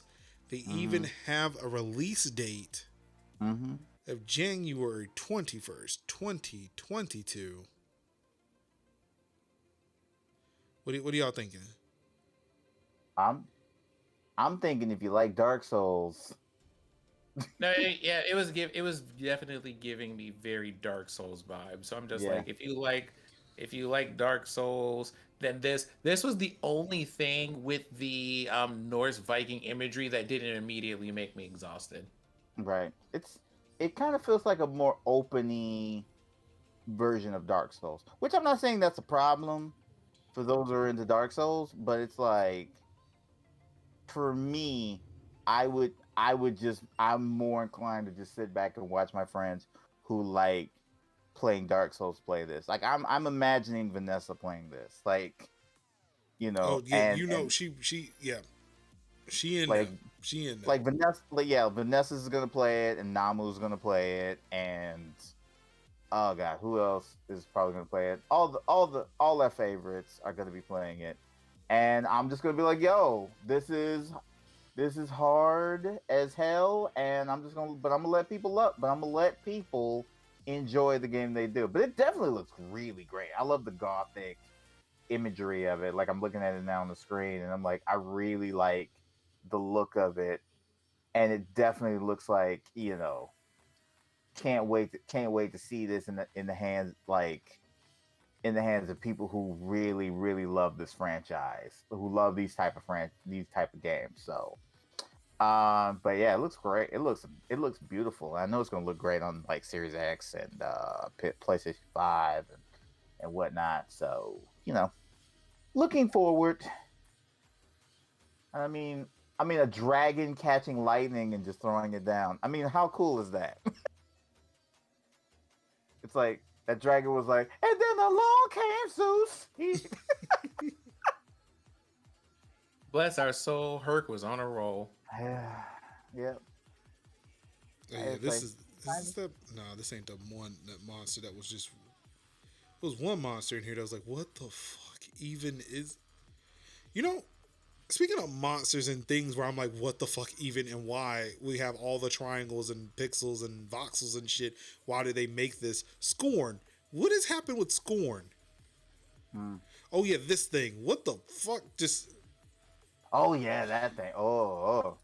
It really didn't give you a chance to like, because I seen like the crawly, spidery looking thing. You're like, and whoa, then it was yeah, just, it's like, it just shifts so much. It's like, and what then is it was happening? like, and then it was like that, and then all of a sudden I looked and it was like a cross with eyes, and then I was like, oh, what? It's like, what the hell is that? What the hell is that? It was literally a cross with eyes, and I'm like, what is even that? Jeez Louise. But yeah, New Year, God. So that's Elden Ring.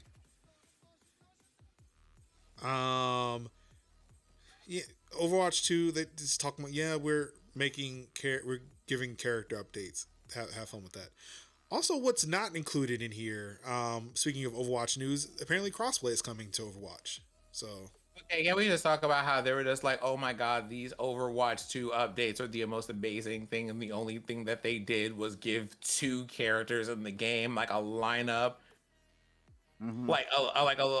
they gave them like a shape up, like a little bit of a fade, and like Redesign. a blowout and dry. Child, Redesign. what? Mm-hmm. I think it's not so much like, okay, I don't think they're talking about like they're completely redoing the characters, but the engine that they're using is allowing them to do things that they could not do before. Again, for somebody who is designing and developing things, using different tools to even like you think that that's amazing, but yet like it's like me sitting there saying, yo, I use this new platform and the servers are now running 2 times faster than they were before. Did you notice? It was like, no. Did it go down? No. All right, cool. That's what you need. I mean, we can look at Fastly. Hey, we applied this update. Did it bring down the network? No. All right, cool. Until the one time it did. Yeah, at least they didn't pull like Spider-Man Remastered, whole new dude's face. I have some questions to ask about things like Fastly, the internet in general, and some other stuff. But again, long conversations about these things. Look, if we I'm want to have a I'm gonna submit them submit them to you as a fan mail for a special. That's what I'm saying. Look, if that's what we need to do, if we need to have a special one day, we can do that. I'm all for it. Hold on for a moment. You know what? I want to talk more tech all the time. So like we can do it. Here's what I'm gonna do. I am just going to write down the questions I have. Mm-hmm. Yeah, Tech Talk Thursday special report. Heck yeah. No, Ruin, I did not do that. I woke up in the middle of all. No, I woke up and found out the internet went down. Mm-hmm.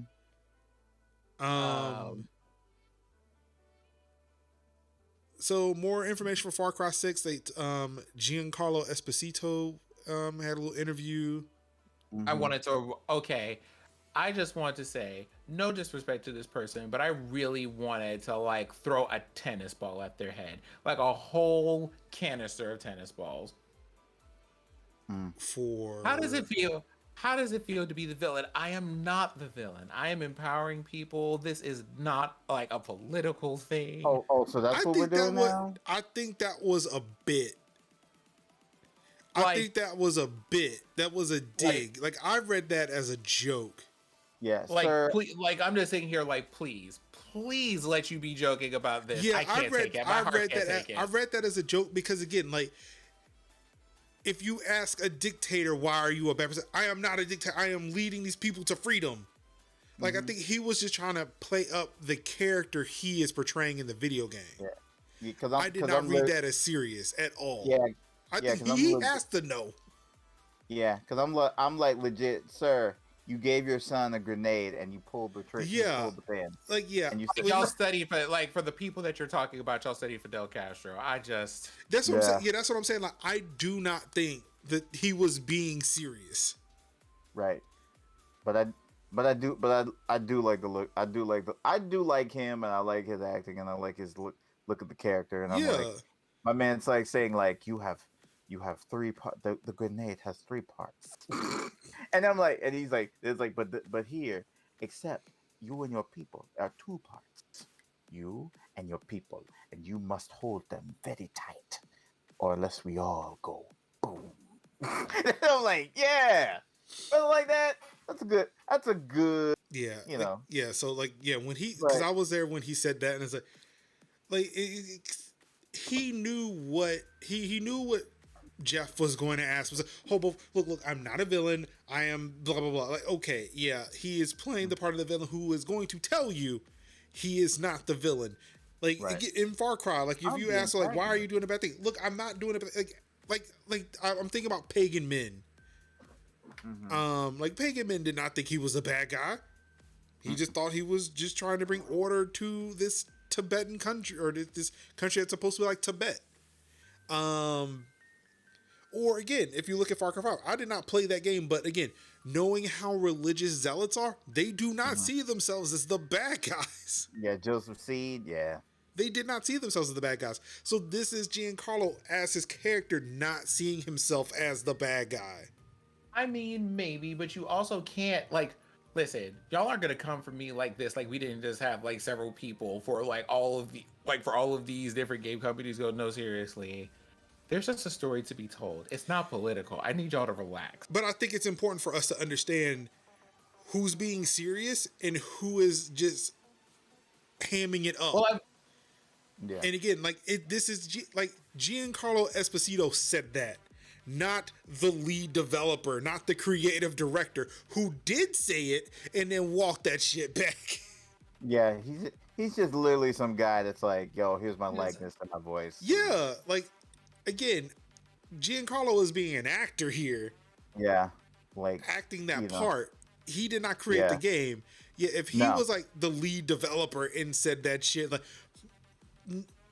okay, we're gonna need somebody needs to ask him for real. But because of the fact that Jeff Keighley was interviewing the actor who portrays a dictator, you know, when he said it and the way he said it, the cadence in which that conversation happened is like he is joking. He is joking. He is portraying this dictator who, again, if you were to ask the dictator, are you a bad guy? He's going to tell you no. I'm just a leader of my people. Yeah, like, again, who said that? Giancarlo Esposito is not a leader of anybody. No. Are you sure? I mean, if he came in my house and he told me to go somewhere, I might just follow him. I mean, with a voice like that, like, all right, yeah, what's up? What can I do for you? It's like there's a lot of dudes in Black Hollywood that are just like amazingly like. If James Earl Jones or Morgan Freeman appeared in my house and said, "Look, we need to go," yes, sir. Where we go? And it's like the brothers that we don't think about, like Delroy. What was it, like Delroy? What's his name? I can't think of his last name. Delroy. Dudes like that where we see like that guy, like that guy walking into your house. Delroy Lindo. Yeah, Delroy Lindo. Yeah. Like dudes who have been awesome in every role they've ever done. If Lawrence Fishburne walked in my house. Yeah, Lawrence Fishburne. Like what do you need? Keith do we need guns? Lots of guns? Like, what do we need? Keith is like, Keith David comes into the house and be like, I need all your money. And I'd be like, well, I can't deal with that logic. Here you go. Damn, what's it? The Allstate dude. I can't think of his name to save my life. Oh, that guy. Oh, he was on the unit. Yeah, been waiting his tail. he's in the unit. He the looking at- president from 24. That's why Yeah, I'm I'm looking thinking that up. Palmer. I'm looking that up. And once you say his name, it's going to hit me. Yeah, I should have known that. Waiting to exhale. That's all I. But yeah, Waiting like to there are certain exhale. people. Yeah, if they walk to your house and told you to do something, you're like, sure, what's good? Dennis Haysbert. That's it. Yeah. But yeah, sure, we can say that Giancarlo Esposito, if he were to walk into my house and said go somewhere, I would do it. Mhm. That being said, I do not think that this man, he has to know. He has to know that him playing a dictator is definitely political. Yeah. I have to imagine that when he saw that, they said, what about my character? Oh God, no. Mm-hmm. Be like, did the check clear? Yeah. So yeah, I took that for an act and not him towing that line. And it wouldn't make any sense for him to toe that line of this game is not political after the creative director said it was. It does not make any sense. Mm-hmm.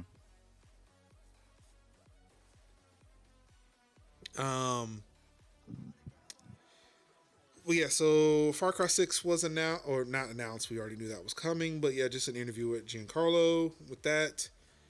Tales of Arise was announced. Anybody, Tales fans? Anybody? I've dabbled. Symphonia a little bit. I have not played a Investor. Tales game yet, but I mean RPGs are kind of my thing, so we're Yeah. getting around to it. Yeah, that's another game that I could see Vanessa be playing right there. Yeah, I think she was showing some excitement for that on Twitter. Mm. Tiny Tina's Wonderlands. According to Tiny Tina herself, Ashley Birch, this isn't a spin-off of Borderlands, but I mean, Probably like a side story. yeah. Yeah. So like that game was rumored, so now it's official. Let's see, Metal Slug Tactics is coming. So these are other games that were announced. I'm very excited about that. Tactics, Death Stranding Director's Cut for PS5. Jurassic World Evolution 2. Excited about that. Sable, which is the game I believe that Sin ran to every social media platform he could to make sure any and everybody was watching the art of that game. Listen, leave And me alone. Look, I will admit it looked great, but I honestly forgot that this event was happening. I was like, what is... Honestly, sometimes when I see y'all post links in that chat, I'm like, oh God, who fucked up now? Yeah. So I looked at it as it's a woman singing and it's a game with amazing art. Okay, Sid just really likes this. Okay, whew, we can lower the DEFCON level. We're okay. We're okay. Not this. Right. So Sable, more information was shown for Sable. Call of Duty Warzone Season 4. They talked about Free Guy, the movie with Ryan Reynolds. Among Us is getting new classes, cosmetics, modes, and maps. Shu announced a bunch of PlayStation indies. 2 Points Campus is coming out. Who will be the first to develop an HBCU? Smite is getting Stranger Things inspired map and I think characters. Yeah. New publisher Prime Matter is working on a Painkiller sequel. And they announced some other stuff too. I think Payday 3 was a part of that too. No date was announced for it, but they said, hey, Payday 3 is coming. Yeah. The Nat Crucis, stylish sci-fi shooter. Yeah. Seemed like a little diverse cast of characters from the 70s. Like a 70s-esque future. Yeah, like see a 70s futuristic type vibe there. Yeah, like kind of like everything like smooth and fresh, like Battlestar Galactica, but with more Art Deco-y esque designs, 60s holdovers. MMO New World from Amazon Games will launch later this summer. Do you think this one will stick around? Think so? We saw what happened to Artifact. Was it Artifact or what was it? I wasn't Artifact. I was Crucible. Crucible. Artifact also went away, but it was different. Yeah, that was Valve. That was Valve. That was. Then like, also went away. When I tell you the collective like disappointment when they brought up a new Dota game, it was a card battler, and people were like, "Yay!" and it was like, "Oh." Somebody said, "Siri." Should not have taken away Paragon. That was the only MOBA I enjoyed playing. Paragon was a bop. Paragon was a bop. They also announced there was a Korean MMO that they announced too. The only reason why I bring that up is because they played Majesty by Posh as their trailer music, and that's the only thing that kind of got me hyped for it. Outside of that, I could care less. But I just wanted to mention that game was also listed. I do not see that here. I mean, it also was announced, but I do not see that here. Rocket League is bringing Fast and Furious crossover again. Vampire the Masquerade Blood Hunt was announced.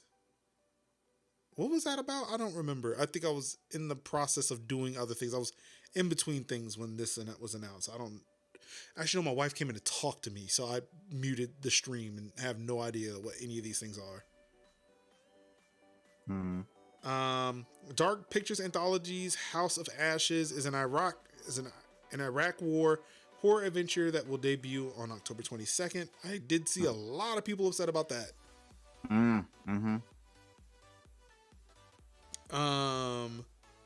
Nintendo Switch adaptation of The Little Prince debuts on June 29th. House of Lana, which looks like a watercolor painting, will be out on Steam and Xbox. Dungeons and Dragons Dark Alliance will be out on the 22nd. Paladins Champions of the Realm will have Genlock crossover in July. Yes. Have you seen Genlock? I've seen like the first 2 episodes. It's really good. It's very good. It's really good.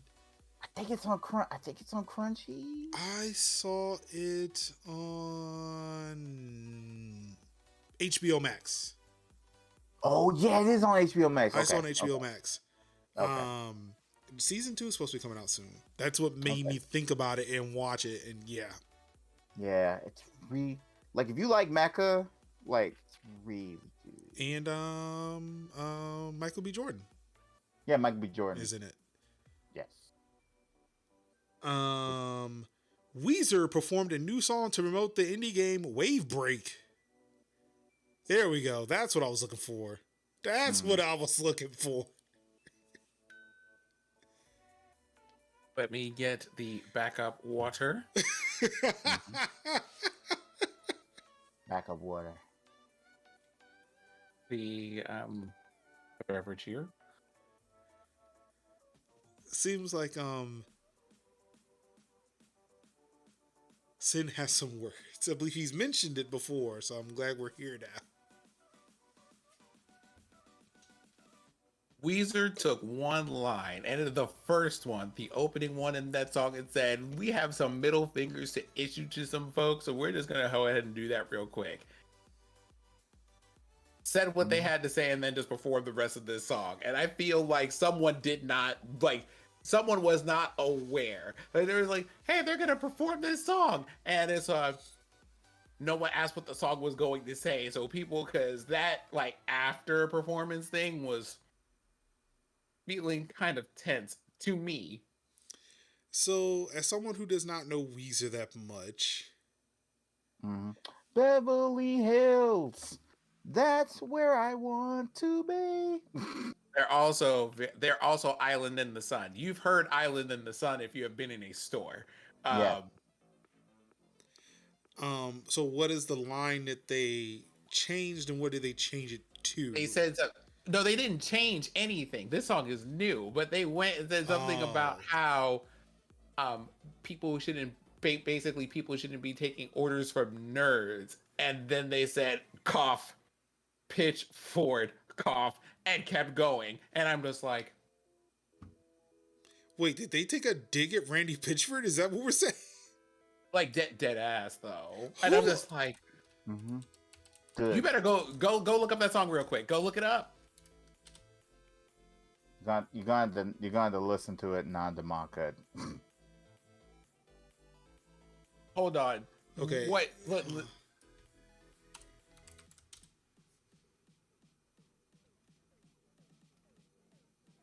What was the?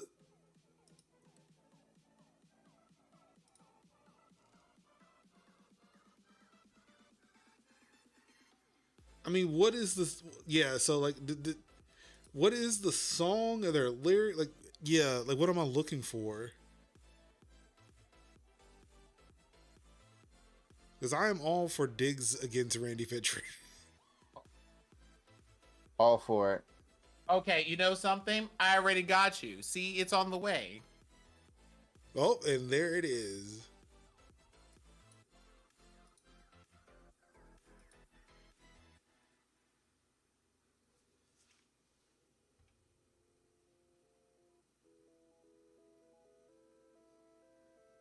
It's literally like the first minute of the song, and All I'm right, just hold on. like, yo.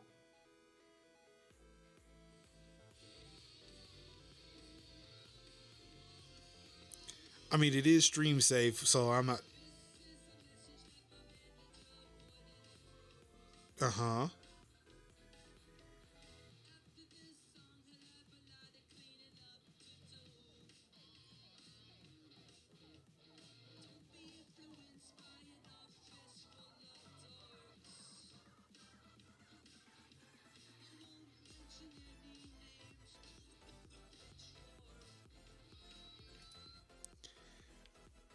So, don't be influenced by office full of dorks. Won't mention any names. Cough, cough, pitch forward.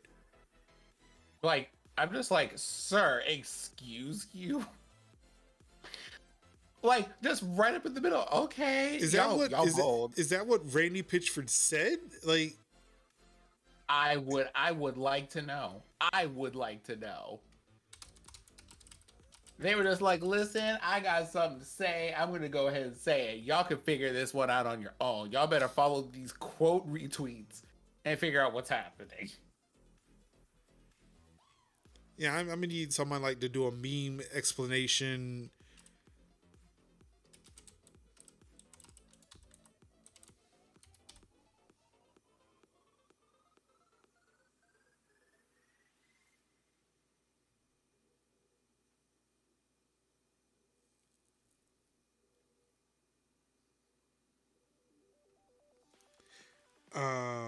Yeah, I'm gonna need somebody, yeah, to pull like to put the strings together to kind of match all that. But yeah, it They does said, seem I'm like not, they straight up said, I'm not naming any names, but. Mm-hmm. And are we sure he said pitchfork, not pitchfork? Because I think pitchfork, that's a music thing. I'm just saying, Pitchfork is a name for ones that they're not trying to drop in the middle of this song and then cough around. I'm just saying.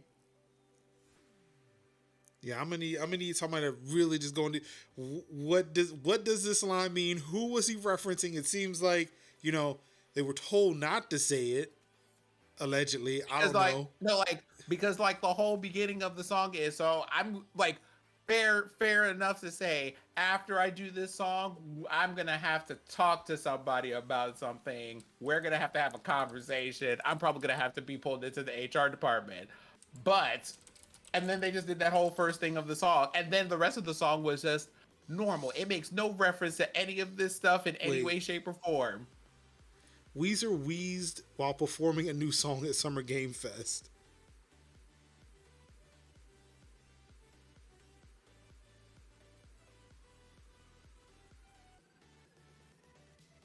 Okay, so people are saying pitchfork. People are saying that he said pitchfork. Pitchfork after Weezer calls them an office full of dorks.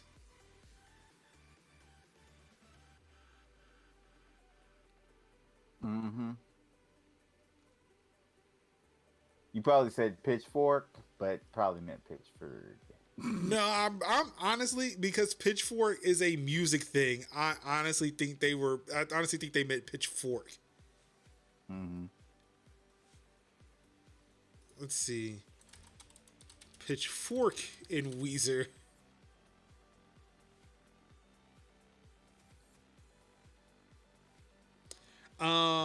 Weezer drags Pitchfork in new unreleased track following 5.9 review.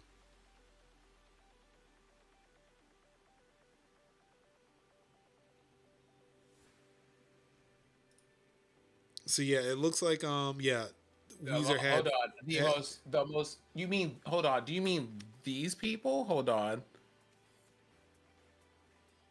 What on earth is this? Okay, let me not. I'm just gonna post this here. Do we mean these people? Yes. Yeah. That's the one I heard when I heard it. I was like, yeah, like he could have just been saying Pitchfork, which is yeah, like it looks like they're music review people, or they just cover the music industry. And again, like according to this article, Tell Me What You Want is a tune, but it's also a massive drag on Pitchfork. The divisive publication scored their latest release, Van Weezer, at 5.9.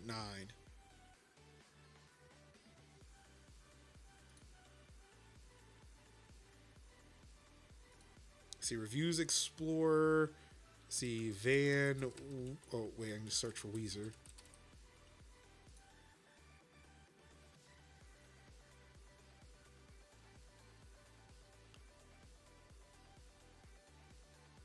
Yep. May 13th, 2021, Van Weezer was reviewed at 5.9.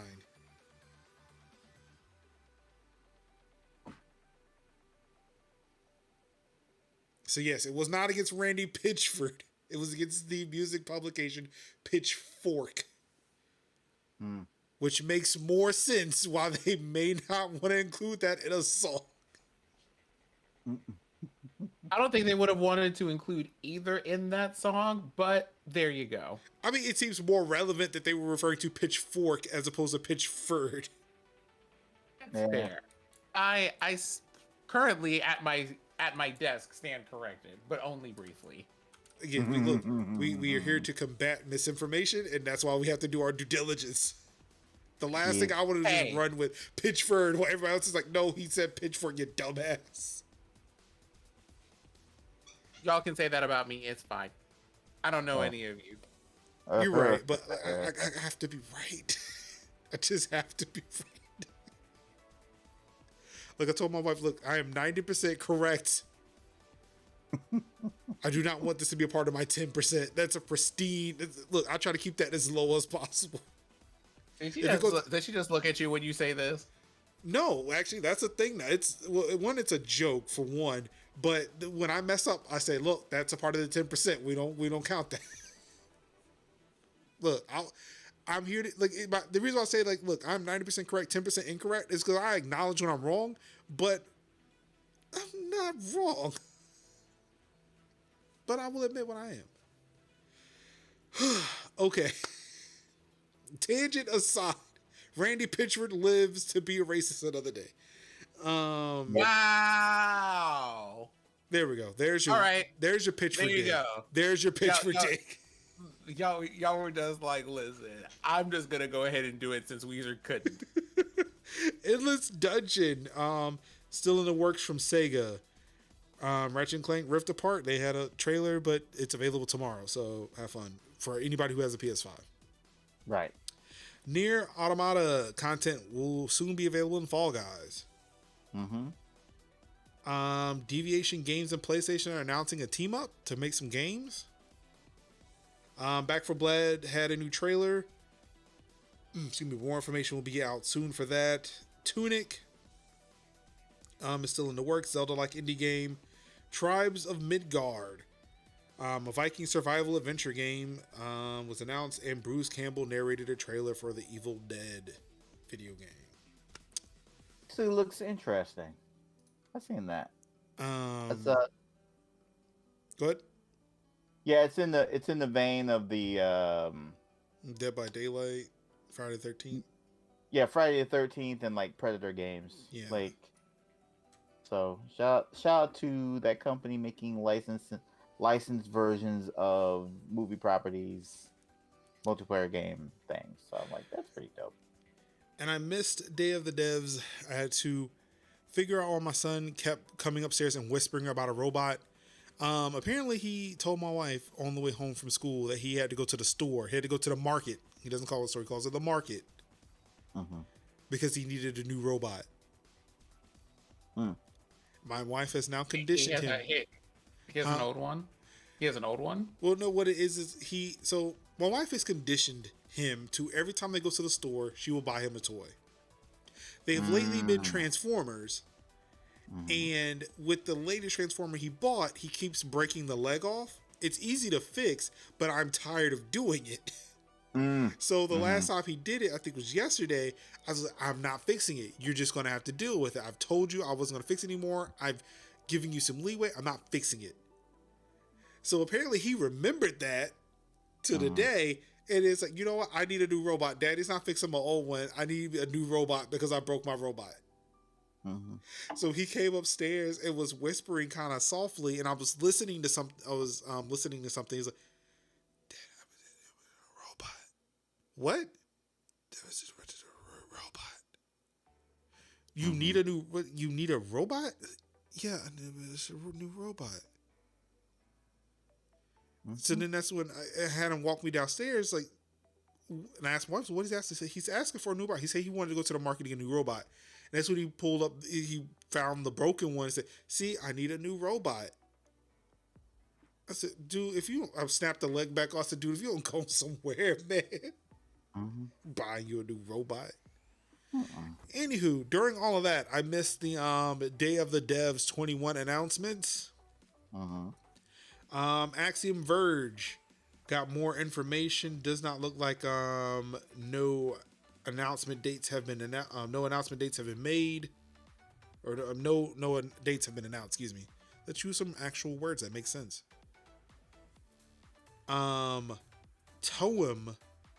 was announced, set to release on Steam this summer. This is an adventure puzzler where you play as an amateur photographer on your way to see a natural phenomenon called Toem. Phantom Abyss. I heard some people talking about this one. This is coming from Devolver Digital. Yeah. It's coming out in early access on Steam this month. It's an asynchronous multiplayer game where you have to run, jump, and whip your way through a temple to nick some loot. If you die, you never get to go back to that particular temple again, but your ghost will remain, showing other players what route you took. A lot like Dark Souls Ghost, each temple is unique, and only one player can ever complete it. That sounds actually pretty interesting. It looks very interesting. So I wonder, like, if the millions of players play this game, is there ever going to be temples that never get completed? Because they just ran through all the players. Yeah, or will they actually reopen them? I think temples are like procedural. So you're not gonna run into like the same type of temple twice. But, okay. But if somebody runs up against that seed, right, then any ghost associated with that seed will get it. You'll see their ghost. Okay. Yeah, you'll see their ghosts as you're competing, and they'll see you as you're competing. So it's actually pretty good. It's actually pretty cool, because that's the type of games that like that's the type of game that like it'll keep you playing for, more and more. Actually, I like that game. That garden story that we're looking at right now. Yeah. Sorry, I didn't mean to play it while we were talking about the other one, but yeah. But side note, I really like the look of that one. But yes, Phantom Abyss looks really cool. I don't know if I would play it because it's definitely not my type of game. As somebody who's like pretty much said, yeah, I'm done with Fall Guys. So, but it looks interesting. Definitely will be looking at people streaming that. Yeah, so the video was just playing for Garden Story. I wish that I could load the embeds here, but I think I have something disabled on my browser that's keeping me from seeing it. Next up, chibi fruits and veggies running around swinging swords. In Garden Story, you play as a grape who is a village guardian. An odd job for such a squishy thing, but hey, it looks cute. Garden Story has some RPG aspects, doing little quests for villagers, beating up baddies, exploring, fishing, and more. Developed by Picogram, the game is set to release this summer on Steam. Soup Pot! Oh, yeah. A chaotic and chilled cooking simulator. Soup Pot looks like Cooking Mama but cooler, allowing players to cook hundreds of different regional recipes. The devs say they worked with chefs to make sure those recipes could be used in real life, plus you can't fail anything. It looks and sounds well good. That does not sound like a perfectly formed sentence. And it's coming out sometime. This is from the UK. Oh, okay. Thank you. Then excuse me, as an American, I don't know any better. This summer on Steam and Xbox Game Pass for PC. Oh, yes. Yeah, I'm kind of there for that now. See, a musical story. Okay, looks like this one's YouTube, so didn't actually play this one. Who needs dialogue trees when you can play a rhythm game instead? That's what you'll get in a musical story by developers Glitchy Studios. Do not see 70s inspired minimalism, and the music is influenced by bands like Pink Floyd and Led Zeppelin. It's launching on PC, Nintendo Switch, PlayStation, Xbox, and iOS this summer, and there's a free demo available on Steam right now. Might have to go check that out. Vocabulantis? Oh yeah, I've seen this one, but this one is when I gathered is the characters are stop motion animated, and they're basically like stop motion and then captured in game.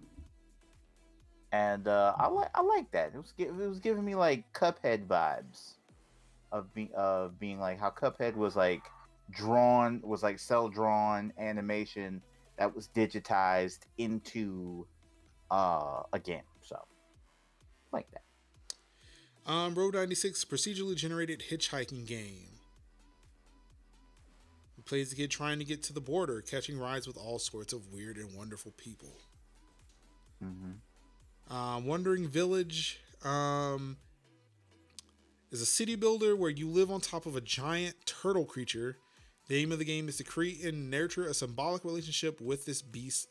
You help it by getting toxic fungus off its back, and it helps you by, letting you build your town on it. I'm already putting that on the Steam wish list. I've saw some people talking about this one. Apparently this had a successful Kickstarter campaign, but Unbeatable, all Kev heard was City Builder. Yeah. That's exactly what that was. Unbeatable. Music is illegal. Do crimes. It's Unbeatable. Made by D-Cell Games. Unbeatable is a rhythm game with some absolutely brilliant music. It started life as a Kickstarter that was funded within 15 hours. During the stream, we heard some new tunes and saw some new footage of the band selecting songs for the next gig. They rate songs based on what decisions you've made in the game. Then you play those at your concerts. A free demo is available on Steam and itch.io right now if you fans are trying out. And because people have been talking about it, I think I actually might download this one too.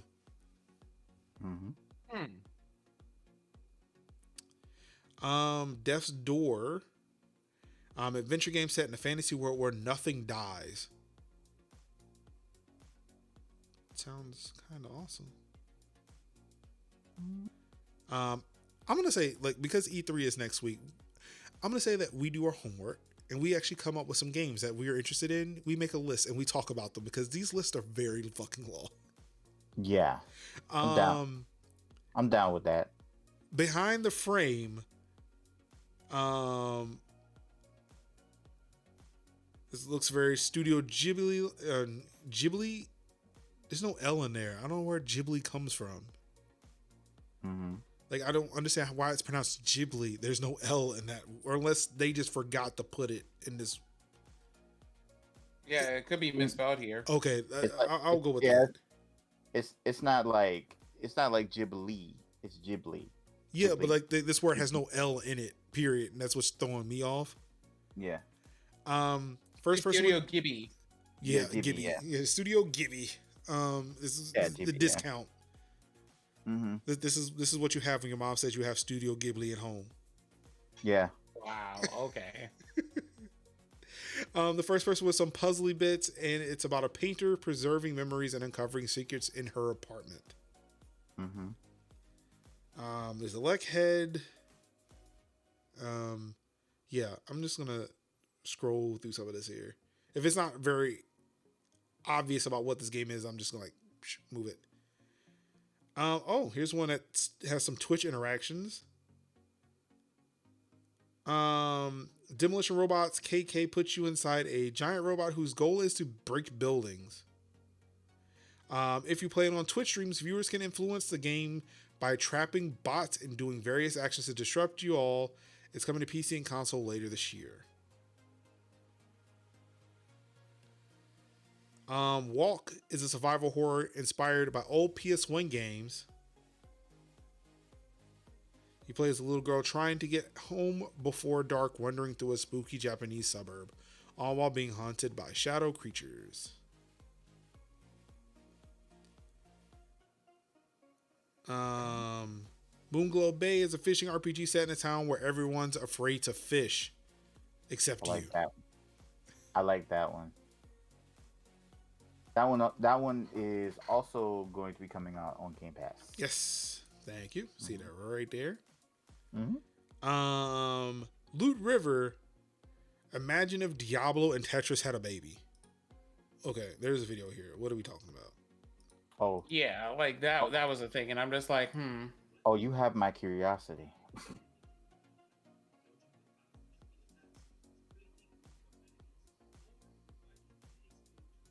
Oh. Okay.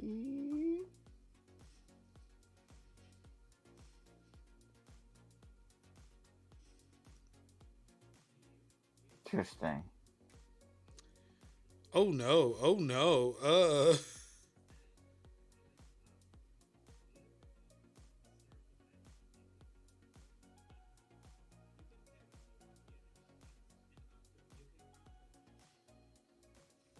So you just like shift platforms to where you want to go, kill people on the platform, and then you move that platform. Mm-hmm. Okay, I mean, I can see that. I can see how this is Tetris and Diablo. I see that, yeah. Yeah. Despelot. I am probably pronouncing that horribly wrong. First person hand drawn slice of life game about football. Or soccer for you Americans. Mm-hmm. And last but not least, Last Stop. Mm-hmm. Developed by Variable State, the folks who made Virginia, Last Stop is a body-swapping, galaxy-traveling, life-living, Inception-esque kind of game. It's a 3D supernatural adventure through London, being published by Annapurna. And of course, I cannot play this video. It takes me to YouTube, so maybe we can...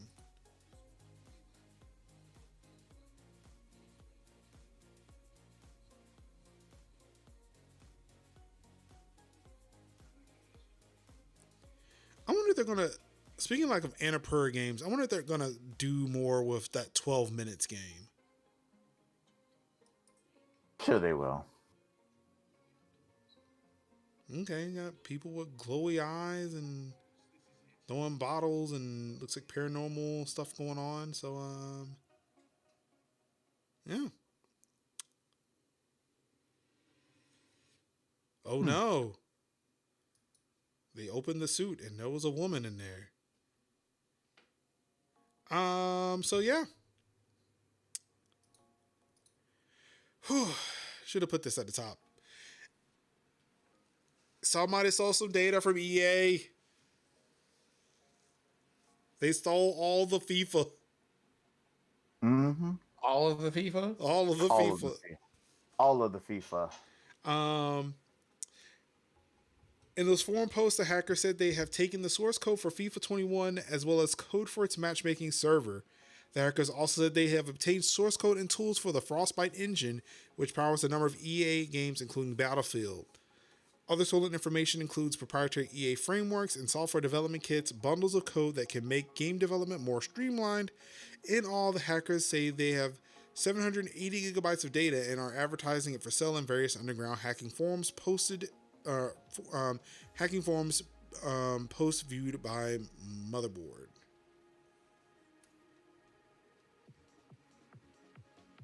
And EA has confirmed it. Quote, "We are investigating a recent incident of intrusion into our network where a limited amount of game source code and related tools were stolen. No player data was accessed, and we have no reason to believe there is any risk to player privacy. Following the incident, we already made security improvements and do not expect an impact on our games or our business. We're actively working with law enforcement officials and other experts as part of this ongoing criminal investigation."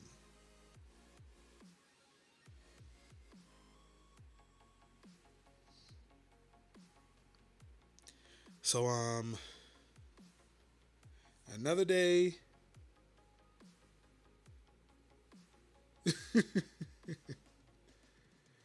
I'll buy FIFA 21 source code for $350. And more data leak news. Hey, remember when CD Projekt Red got hacked? Which time? Well, the one time. The one time. It's just that we keep getting more information about that hack. The latest is CD Projekt Red putting out a statement, not on, random ass yellow backgrounds because Cyberpunk, but because they're serious now. It's not from CD Projekt. So I'm going to pull up the text here. We would like to share with you a follow-up on the February security breach, which targeted CD Projekt Group. Today, we have learned new information regarding the breach and now have reason to believe that internal data illegally obtained during the attack is currently being circulated on the internet. We are not able to confirm the exact contents of the data in question, though we believe it may include current, former employee, and contractor details in addition to data related to our games. Furthermore, we cannot confirm whether or not the data involved may have been manipulated or tampered with following the breach. Currently, we are working together with an extensive network of appropriate services, experts, and law enforcement agencies, including the General Police Headquarters of Poland. We have also contacted Interpol and Europol. Oh shit, that's serious. The information we shared in February with the president of the Personal Data Protection Office has also been updated. We would also like to state that regardless of the authenticity of the data being circulated, we will do everything in our power to protect the privacy of our employees, as well as all other involved parties. We're committed and prepared to take action against parties sharing the stolen data.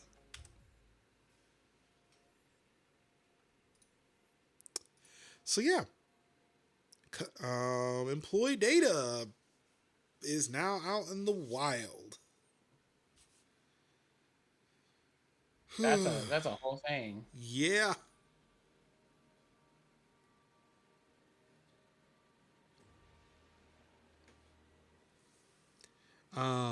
So yeah. They don't. The employees do not deserve this at all. It's sad. This is a sad day. Sad day for them.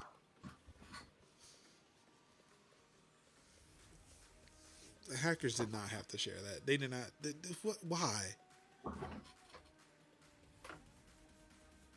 Oh, you were thinking that these would be ethical hackers. Is that what we were hoping? I mean, look, the Colonial Pipeline guys were ethical. They were like, look, we didn't want this to be used on the pipeline.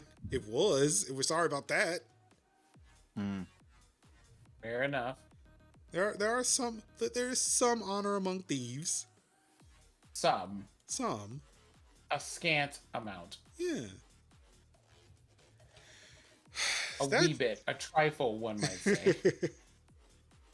All right, that's it for gaming news. Let's move on to some updates. If you have not done so already, looking at you, Kev. Pixel update. And it's a big one. It's feature updates coming out to this.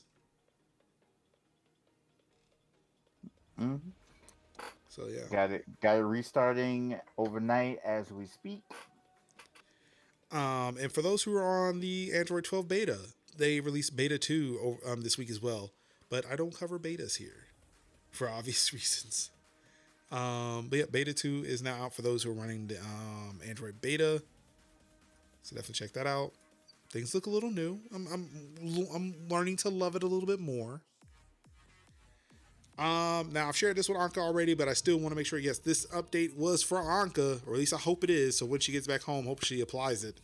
There's a new NVIDIA driver hotfix to sort out some BSODs and random screen flashing, which we all know was an Anka problem when she built the PC. So hopefully this should help her out getting her PC back to a more stable level.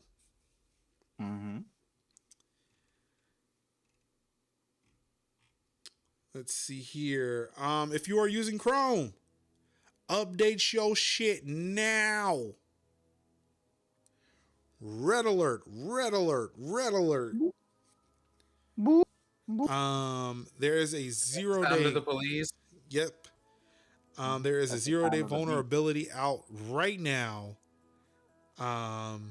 It fixes a handful of security flaws. One of them is CVE 2021-3544, a 0 day exploit that's actively used in the wild.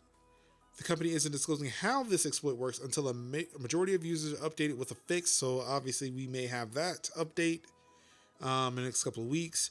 But security researchers Rong Jian and Guang Gong, I am so sorry if I'm mispronouncing those names, report that the 0 day took advantage of a use after free flaw in the V8 JavaScript engine, specifically BF Cache, Chrome's way of caching websites or web pages when you navigate away. A remote attacker could compromise the system when a user visits a malicious website, then execute arbitrary code to create a use after free error. So please, if you are using Chrome, update yo shit. Do it now. But seriously, while we're in the middle of this podcast, just open up your Chrome real quick and update it. Yeah. Like me. Control is free in the Epic Game Store this week. See, Ruin, this is why you come to this podcast, because we will tell you early and often. Update your shit. Update it. Control is free this week in Epic Game Store. If you thought NBA 2K21 was enough, listen, no. We got the hottest title of 2020, if I'm not mistaken. This was a 2020 game, right? It was 2019.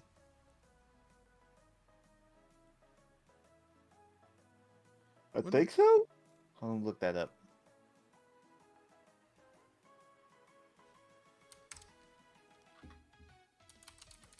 Control 2019. 2019. Yeah, 2019. August 27, 2019. So hottest game of 2019 is available for free right now in the Epic Game Store. Definitely check it out. You know what's wild? Like a game that has all these accolades, 9 on Steam, 85% on Metacritic, well loved, well received. It's just free. Just free. Just Like, sitting there. Just free as a bird for y'all to try. It was on Game Pass. Like, I copped it. I don't know if I'm going to be playing it. I think it still is. Let me look. I haven't seen it be removed yet. Another thing I'm gonna check on. But it doesn't matter. It doesn't matter. It's free on Epic. Yeah, it's free on Epic. Just collect it. Just collect it, and then when you need to play it, just it's there. You know, you're not. That's what I'm gonna do. It's the one creepy game that I might actually play. Oh, Darkest Dungeon is out. That is, yeah, that's on Game Pass. Like I said last week, I'm passing on it. But hey, again, I would trade Darkest Dungeon for Ace Combat to stay. But you know, that's just me. What? What's it? What?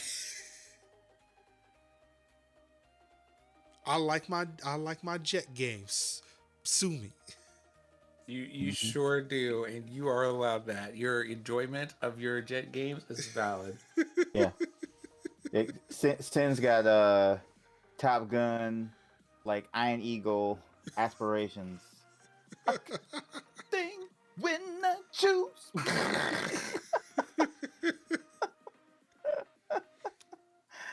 Of course, at the end of the show, which means take my hat off and everybody can look at my new hairdo. That's right. Yeah, Yeah. I got slick back. We slick back this month.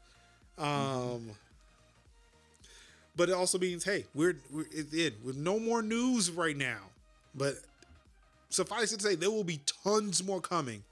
Again, I will implore you two gentlemen, and I don't remember if Anka will be joining us next week. I don't remember, but at least for you two, I'm not going to bringing up giant lists of games because there's going to be a lot. I'm gonna say if you have games, doesn't matter how many, bring your games and we could talk about them. Right. I will have my list. If y'all don't bring lists, we're just gonna talk about the games that I liked. And it may just be more Ace Combat and Forza Horizon. I think we should all have like a curated list of games. What about our top 5? Yeah, basically like a top 5. Yeah, okay. Like have each other's like best of show, best game, worst game, indie darling. Or we could just not talk tech next week because I'm pretty sure, well, outside of social media being dumb as shit, yeah, we could just not talk tech next week and actually just make it an E3 show. I'm down with that. The thing is, here's the thing. I won't be talking tech next week because I won't be talking at all next week. Oh, that's right. You did casually drop that. Yeah. Oh yeah. So Kev, you also won't be here. Wait a second. I won't? Fuck, that's right. Uh-oh. Oh shit, I forgot about that. Uh-oh. You know it's wild, like Sin has to remind you. Yeah, I forgot. About I'm not available and neither are you. We literally said this before the airing of this episode. I forgot about me. Yeah. I'm crying. Oh man. Why is this happening during E3? I tell you, this is a rough E3. This is a rough E3 this year. Because it usually like people would kickstart around Sunday. So I just had to be a bad son for one day and like try to like squeeze in as much like E3 content as I could. But everything would start off like Sunday, Monday, Tuesday. And then it would just be like the rest of the week would just be trailers and whatever else come out. Trailers and whatnot. But now, so what are we gonna do? Oh, I mean, I'd say so. Like, we should still collect the games and talk about them when we come back, but we won't be back for 2 weeks. I won't. Yeah. It won't be a part of the zeitgeist then. Oh, yeah. What do you mean we aren't part of it? Do you see all this melon over here? There wouldn't be a zeitgeist if we weren't here. You have a point. Yeah, we all made the zeitgeist. So I guess we made our own thing. I am anticipating that the following Thursday is going to be a long show again. Now, that being said, if you in the audience think that there are things that we should look into or that you would like to see us discuss, you can go ahead and hit that up at Major Linux on twitter.com, where you can find out more about all of that stuff related to Tech Talk Thursdays and or make suggestions for things that you would like to see us talk about. Otherwise, I'm just going to wait like a couple of weeks, preferably cruise over here, and then come up with my list of things. Preferably majors.house/Discord takes you to the Majors House Discord server, where, again, there are sections for Tech Talk Thursday. Tycho takes advantage of that weekly. Like the hard drive story was one that he suggested for this week. So again, I will encourage people to come out to majors.house/Discord. That's where you can join the Discord server, and that's where you can actually suggest articles and stuff that we talk about on the show in the Tech Talk Thursday section. There are multiple sections there. And I again, because I have no life, I am in a like, you know, like there's inbox 0. I am like Discord 0. I do not want to see the red dot on Discord. That has to go away, or I will never be happy. So yeah, please, if you do have any suggestions, I recommend going to Discord. Of course, you can also email us, ttt@majorshouse.com. That's totally an email address that exists. It goes places, it does things. And yeah, I said I was going to make a website for this show, but I've not done that yet. Eventually, I'm going to find time to do that. It's on my Trello board, but then I mean, I can help with the design stuff. Do you design in WordPress? Or what do you design in? Well, like the 2 websites that I have are in WordPress, if that helps. Okay, so yeah, that's an easy enough thing for me to pop up as all right, here we go. Because the domain's been bought, it's just sitting there now, just like eventually he'll use it. We shall talk about this. Yes. But yeah, so yeah, again, like I said, things are in the works.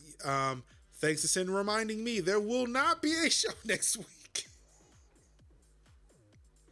Because apparently Anka, I think Anka is out of town too. So I remember these conversations being had when I suggested yes. You know what? I remember that whole ass conversation now. Because I suggested that June 17th was going to be an Anka and Kev show, and then Anka was like, yeah, I'm not going to be here either. And then it was like, oh? Yeah, so no show next week. Enjoy. We're going to have a Tech Talk Kev day. Yeah, you know what? Yeah, we're going to hop on Kev's stream, and we're just going to just talk and chat at him. Yeah, I can do that. Kevin's going to talk to y'all while playing Mario Kart 8. Yeah, I'll literally just be like sitting back and just chit chatting with everybody playing Ooblets. That being said, there is no show next week. Surprise. Yeah. Kev, what you got going on for the next 2 weeks? Probably Ooblets update. Look forward to that. More Monster Hunter. Finally getting back on Dragon Quest again, because I was going to stream it today, but I was like, my whole day was like, you know what? All the things. Just drop all the things today. And so I was just kind of like, I just took that time to take a 4-minute nap and watch shows on Discover Plus and get ready for this stream, because I'm like, yo, podcast is going to be, we got things to talk about on the podcast, so I got to get refreshed for that.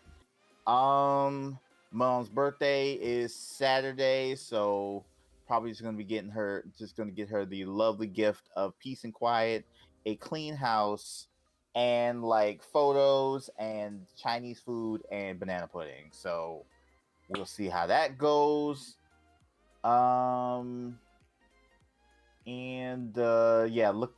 Literally pre-ordering all the games that I'm going to be playing for the next year and a half, and of course, thinking about making my own HBCU in the 2 Point campus.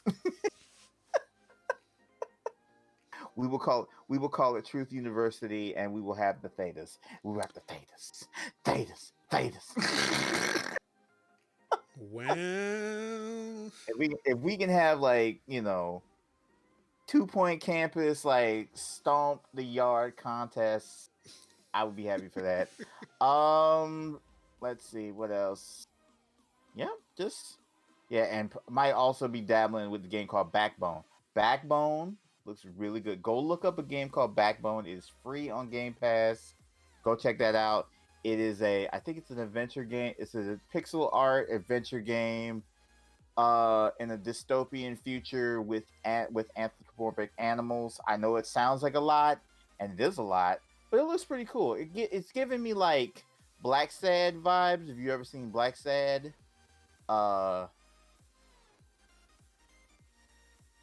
Yeah, so definitely looks good. So if you got time, go check that game out on Game Pass. And I'm also gonna be probably playing that and Darkest Dungeon, because I see Vanessa. That's another on the list of games that Vanessa play. So, when I met her and Yeah. started like following her streams, that was the main game. yeah, so Darkest Dungeon and Dead Cells. yeah, it did. So yeah, and then it's like then you see like Hades and Dark Souls now, and what was it? Not Chrono Trigger. Was it Chrono Trigger? I did. Yeah, Chrono Trigger. This One day. game does look familiar. Are you looking at Backbone? Yeah, it looks familiar. Yeah. It looks really good. Skip. Looks really Came out good. a I'm couple probably days gonna. ago, so yeah. Yeah, so I'll probably dabble. I may even dabble that on stream, or just maybe dabble on that during the weekend or next week or something. But yeah, that's pretty much my. Oh! Shout out to the female phenom. Did my second stream team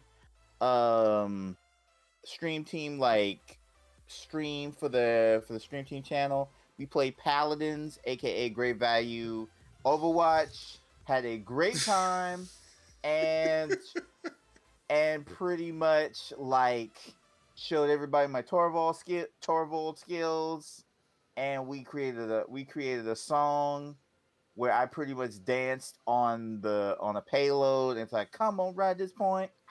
We ride it, whoop, whoop. And so yeah, that was Not this. yeah. There is a clip. There is a clip, and it was funny, and I will be posting that in the Discord chat, so y'all can laugh and Yes, please. We all need this. yeah, because that was funny, and so yeah, so I've been having a great time doing that too, and awesome community, really great people. Like Phenom is just awesome and really speaks about autism awareness and part of the LGBTQ QIA community, and just really a good advocate, mommy streamer, and just stand up person. And what I also found out, what really truly brought us together, a fan of 90 Day Fiance. So Nope. Nope. yeah, It's just yeah. I can't. yeah. I think you should. I think I've should. seen enough.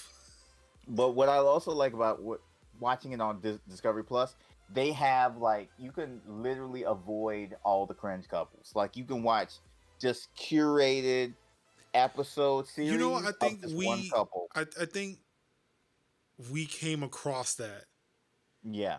It's just like, because my wife, she'll just have it playing in the background. All of a sudden, like, it was like, why are they not switching? You know what? Mhm. I kind of appreciate it. Right. I might watch it more if it Right. was like, we're just gonna follow this one couple from beginning to end, as opposed to Right. jumping So- and I got questions. Right, because then there are trash couples, there are like boring couples, and then they're like I low think I energy, want to see the like, weird boring. couples. I want to see the boring couples. Like, look, it just works. Great, that's what I want. I want to see love.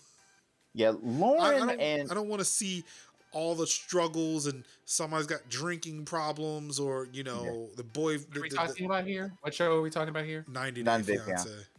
90 Day Fiance. My favorite couple has got to be like Lauren and Alexi, because Lauren is like complete and utter like nervous abiding like energy, and Alexi is like savage, like savage Romanian, Jew energy, where he's just like literally like coming at Alexi.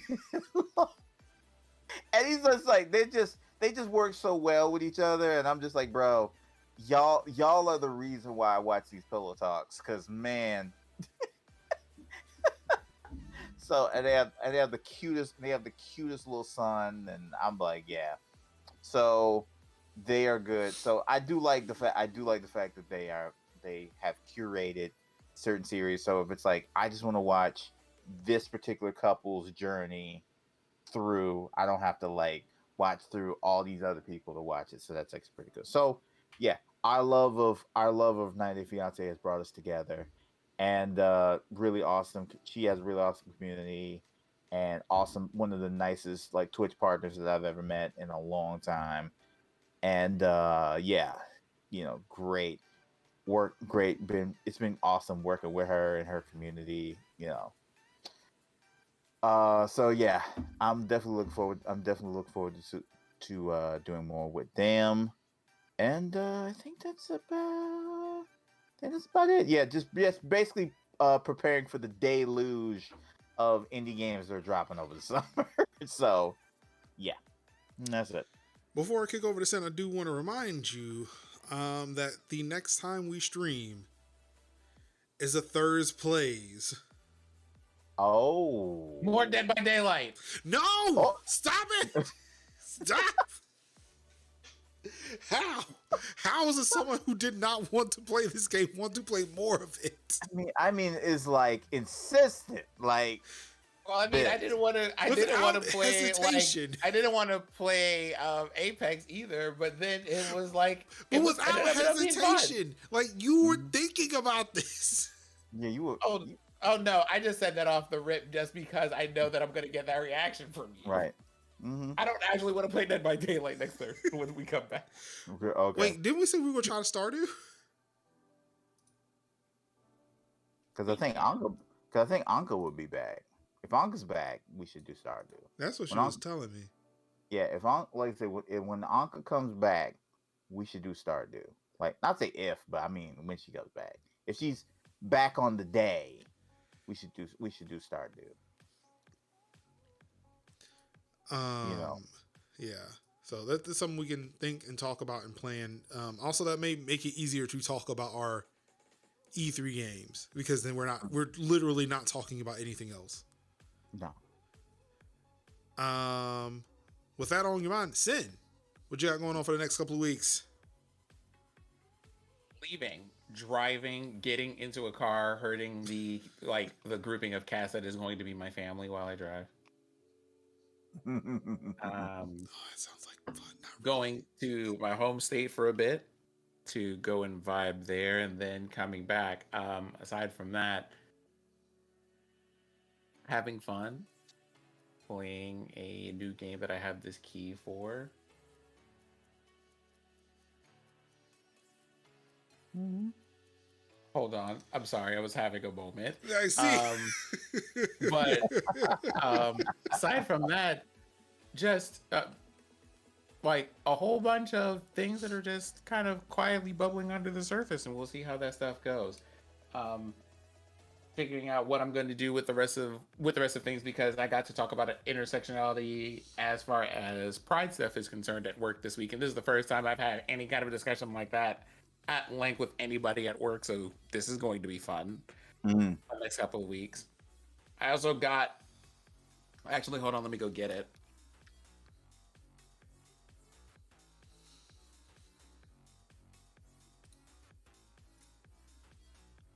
One of these electric shaver things. There we go. Oh yeah. Yeah, that's what I'm thinking about when I start shaving my hair. That's probably what I'm gonna use. It's like a skull shaver. Yep. Yeah. You basically just hold it. Instead of it being like you had to like use the thing and then you go across with a straight razor, it just is like, yeah, it's like one of those like close thing shavers and you just go rub it across your head. Like, yeah. We're trying this one. It gets a pretty close shave. Okay. So I do not hate it. I think it's gonna take a while for me to get used to or get like acclimated to the exact amount of pressure I need to use. But it does pretty well. That's good.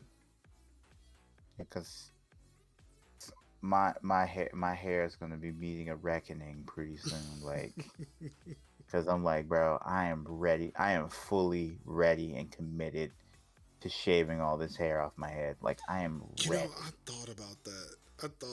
I'm ready to be shorn. What if I'm No. losing my hair and I'm trying to do something radical with it now? No, you're good because you have your hairline. Because see, if I had my But hairline, it's I not like wouldn't somewhere in shave the it. middle, and I don't even know. But see, I wouldn't mind the middle if it was like if I still had my hairline. If it was like if I was balding at the top of my head, but my hairline was consistent, I would be fine with that because all I just do is put the hat on. You know, I just put like hats on. But now I'm like I have to put hats on for the widow's peak, and I hate it. I hate it because Yeah, I can't even. but yeah, I Yeah, think because I'm I okay. could. Yeah, because I could cover that top bald spot, Right. but this right here ain't nothing. Yeah, if my dad isn't the indication, I think I'm okay. Now, my grandfather, I'd have to go look and see if I can find photos of my grandparents on both my mom and my dad's side. But at least my dad is like, okay, he still has his hairline at 60 Mhm. plus, so I might be okay at least for another 30 years before It's like, yeah, I'm going to think about this. yeah. My dad shaved his head off, and my brother shaved his head off. It's like it's time for me. It was legit one of those things. Like, Like dude, y'all meet up, said, bro, what's the holdout? yeah. What are you holding on to? Like, what am I holding on to? Like, my mom's like, no, no, shave it all off, but I'm like, Mom, it's It not just happening. tight. It just It tight. is tight. I'm like Rafiki. It is tight. It doesn't matter. It's in the past. Is it though? Yeah, that's what my hairline is. Yeah, Not this. Right. Not this. and it's wild because it's like I look at myself and there's like a picture of me in third grade with a high top fade, and it's like oh, I miss it so. Like miss it so. Like, man. But it's like, yo, time to just go bald and have the beard and look like Delroy. I'm so sorry. Living- I'm so sorry. Yeah. Well, if it's any any inclination, like I possibly have a good head shape, so that's fine. So let's see. For me, yeah, again, Saturday I'm doing something with my sister and my dad. Again, I know he's probably not watching any of this, but hey, it'll be fun. I'll talk about it. Well, I guess it won't be next week when I'll talk about it. So hopefully I'll get a VOD done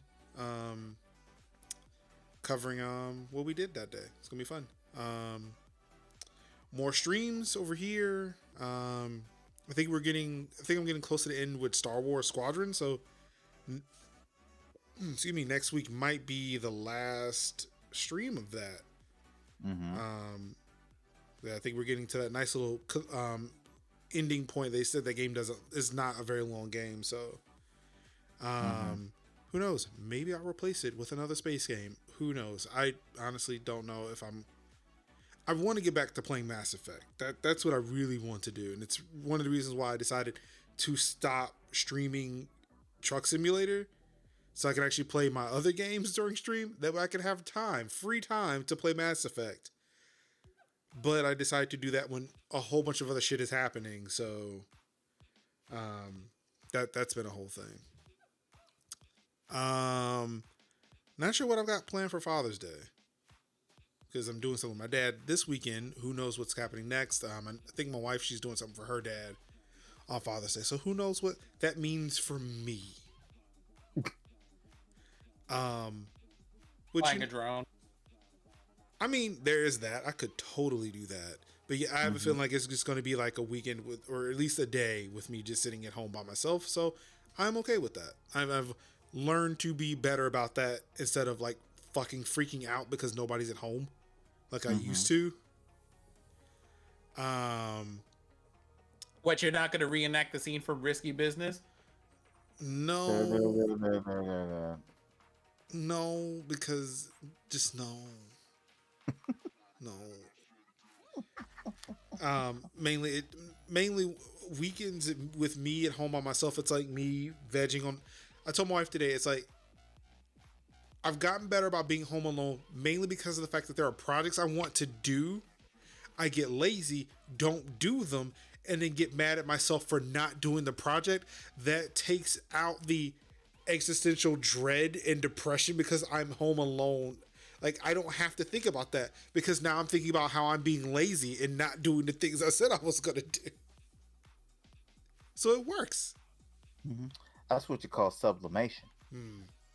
Sure. I have no idea what that word means, but sure. Yep. It's replacing one thing with another thing. Oh. So That's you what don't I feel figured. bad about the other thing. I picked that up from context clues, but again, I don't want to be the person, you know, again, I didn't want that to be in my 10% wrong category. Thank you, high school psychology. So yeah, I've been getting better about being at home by myself, and yeah. Like y'all said sublimation, and I'm just like, oh yeah, psychology terms, and not the scientific term where things go from one state to another and skip intermediary steps. For example, solid straight into gases without becoming a liquid. But we weren't talking about any of this.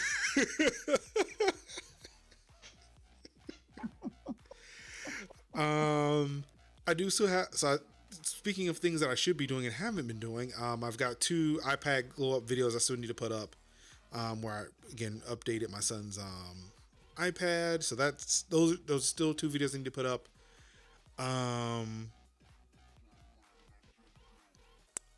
But yeah, I don't know. We'll see. We'll see what happens in the next couple of weeks. But yeah, I do want to put a reminder again. Next Thursday is Thurs Plays. So definitely tune in for that. We'll figure out what the game is. It will not be Dead by Daylight if I have anything to say about that. Y'all can play it over there. I will gladly play something else and stream it while we be on the same call and y'all playing DBD. I ain't doing it. Okay. I'll just sit over here trying to play Stardew just by myself. Out here crashing the stream. Don't come for me like this, man. Don't do that. But yep, that's it for us this evening. Thank you again for tuning into this very, very, very long conference laden Tech Talk Thursday. Again, if you would like to find out more information, if you want to hear more of my thoughts on WWDC 2021, you can go to youtube.com/Major Linux. You can find the WWDC talks in 2 videos because I was too lazy to make a separate YouTube video for just the Yakuza stream. Because why would I do that? It seems too much like right for me to do that.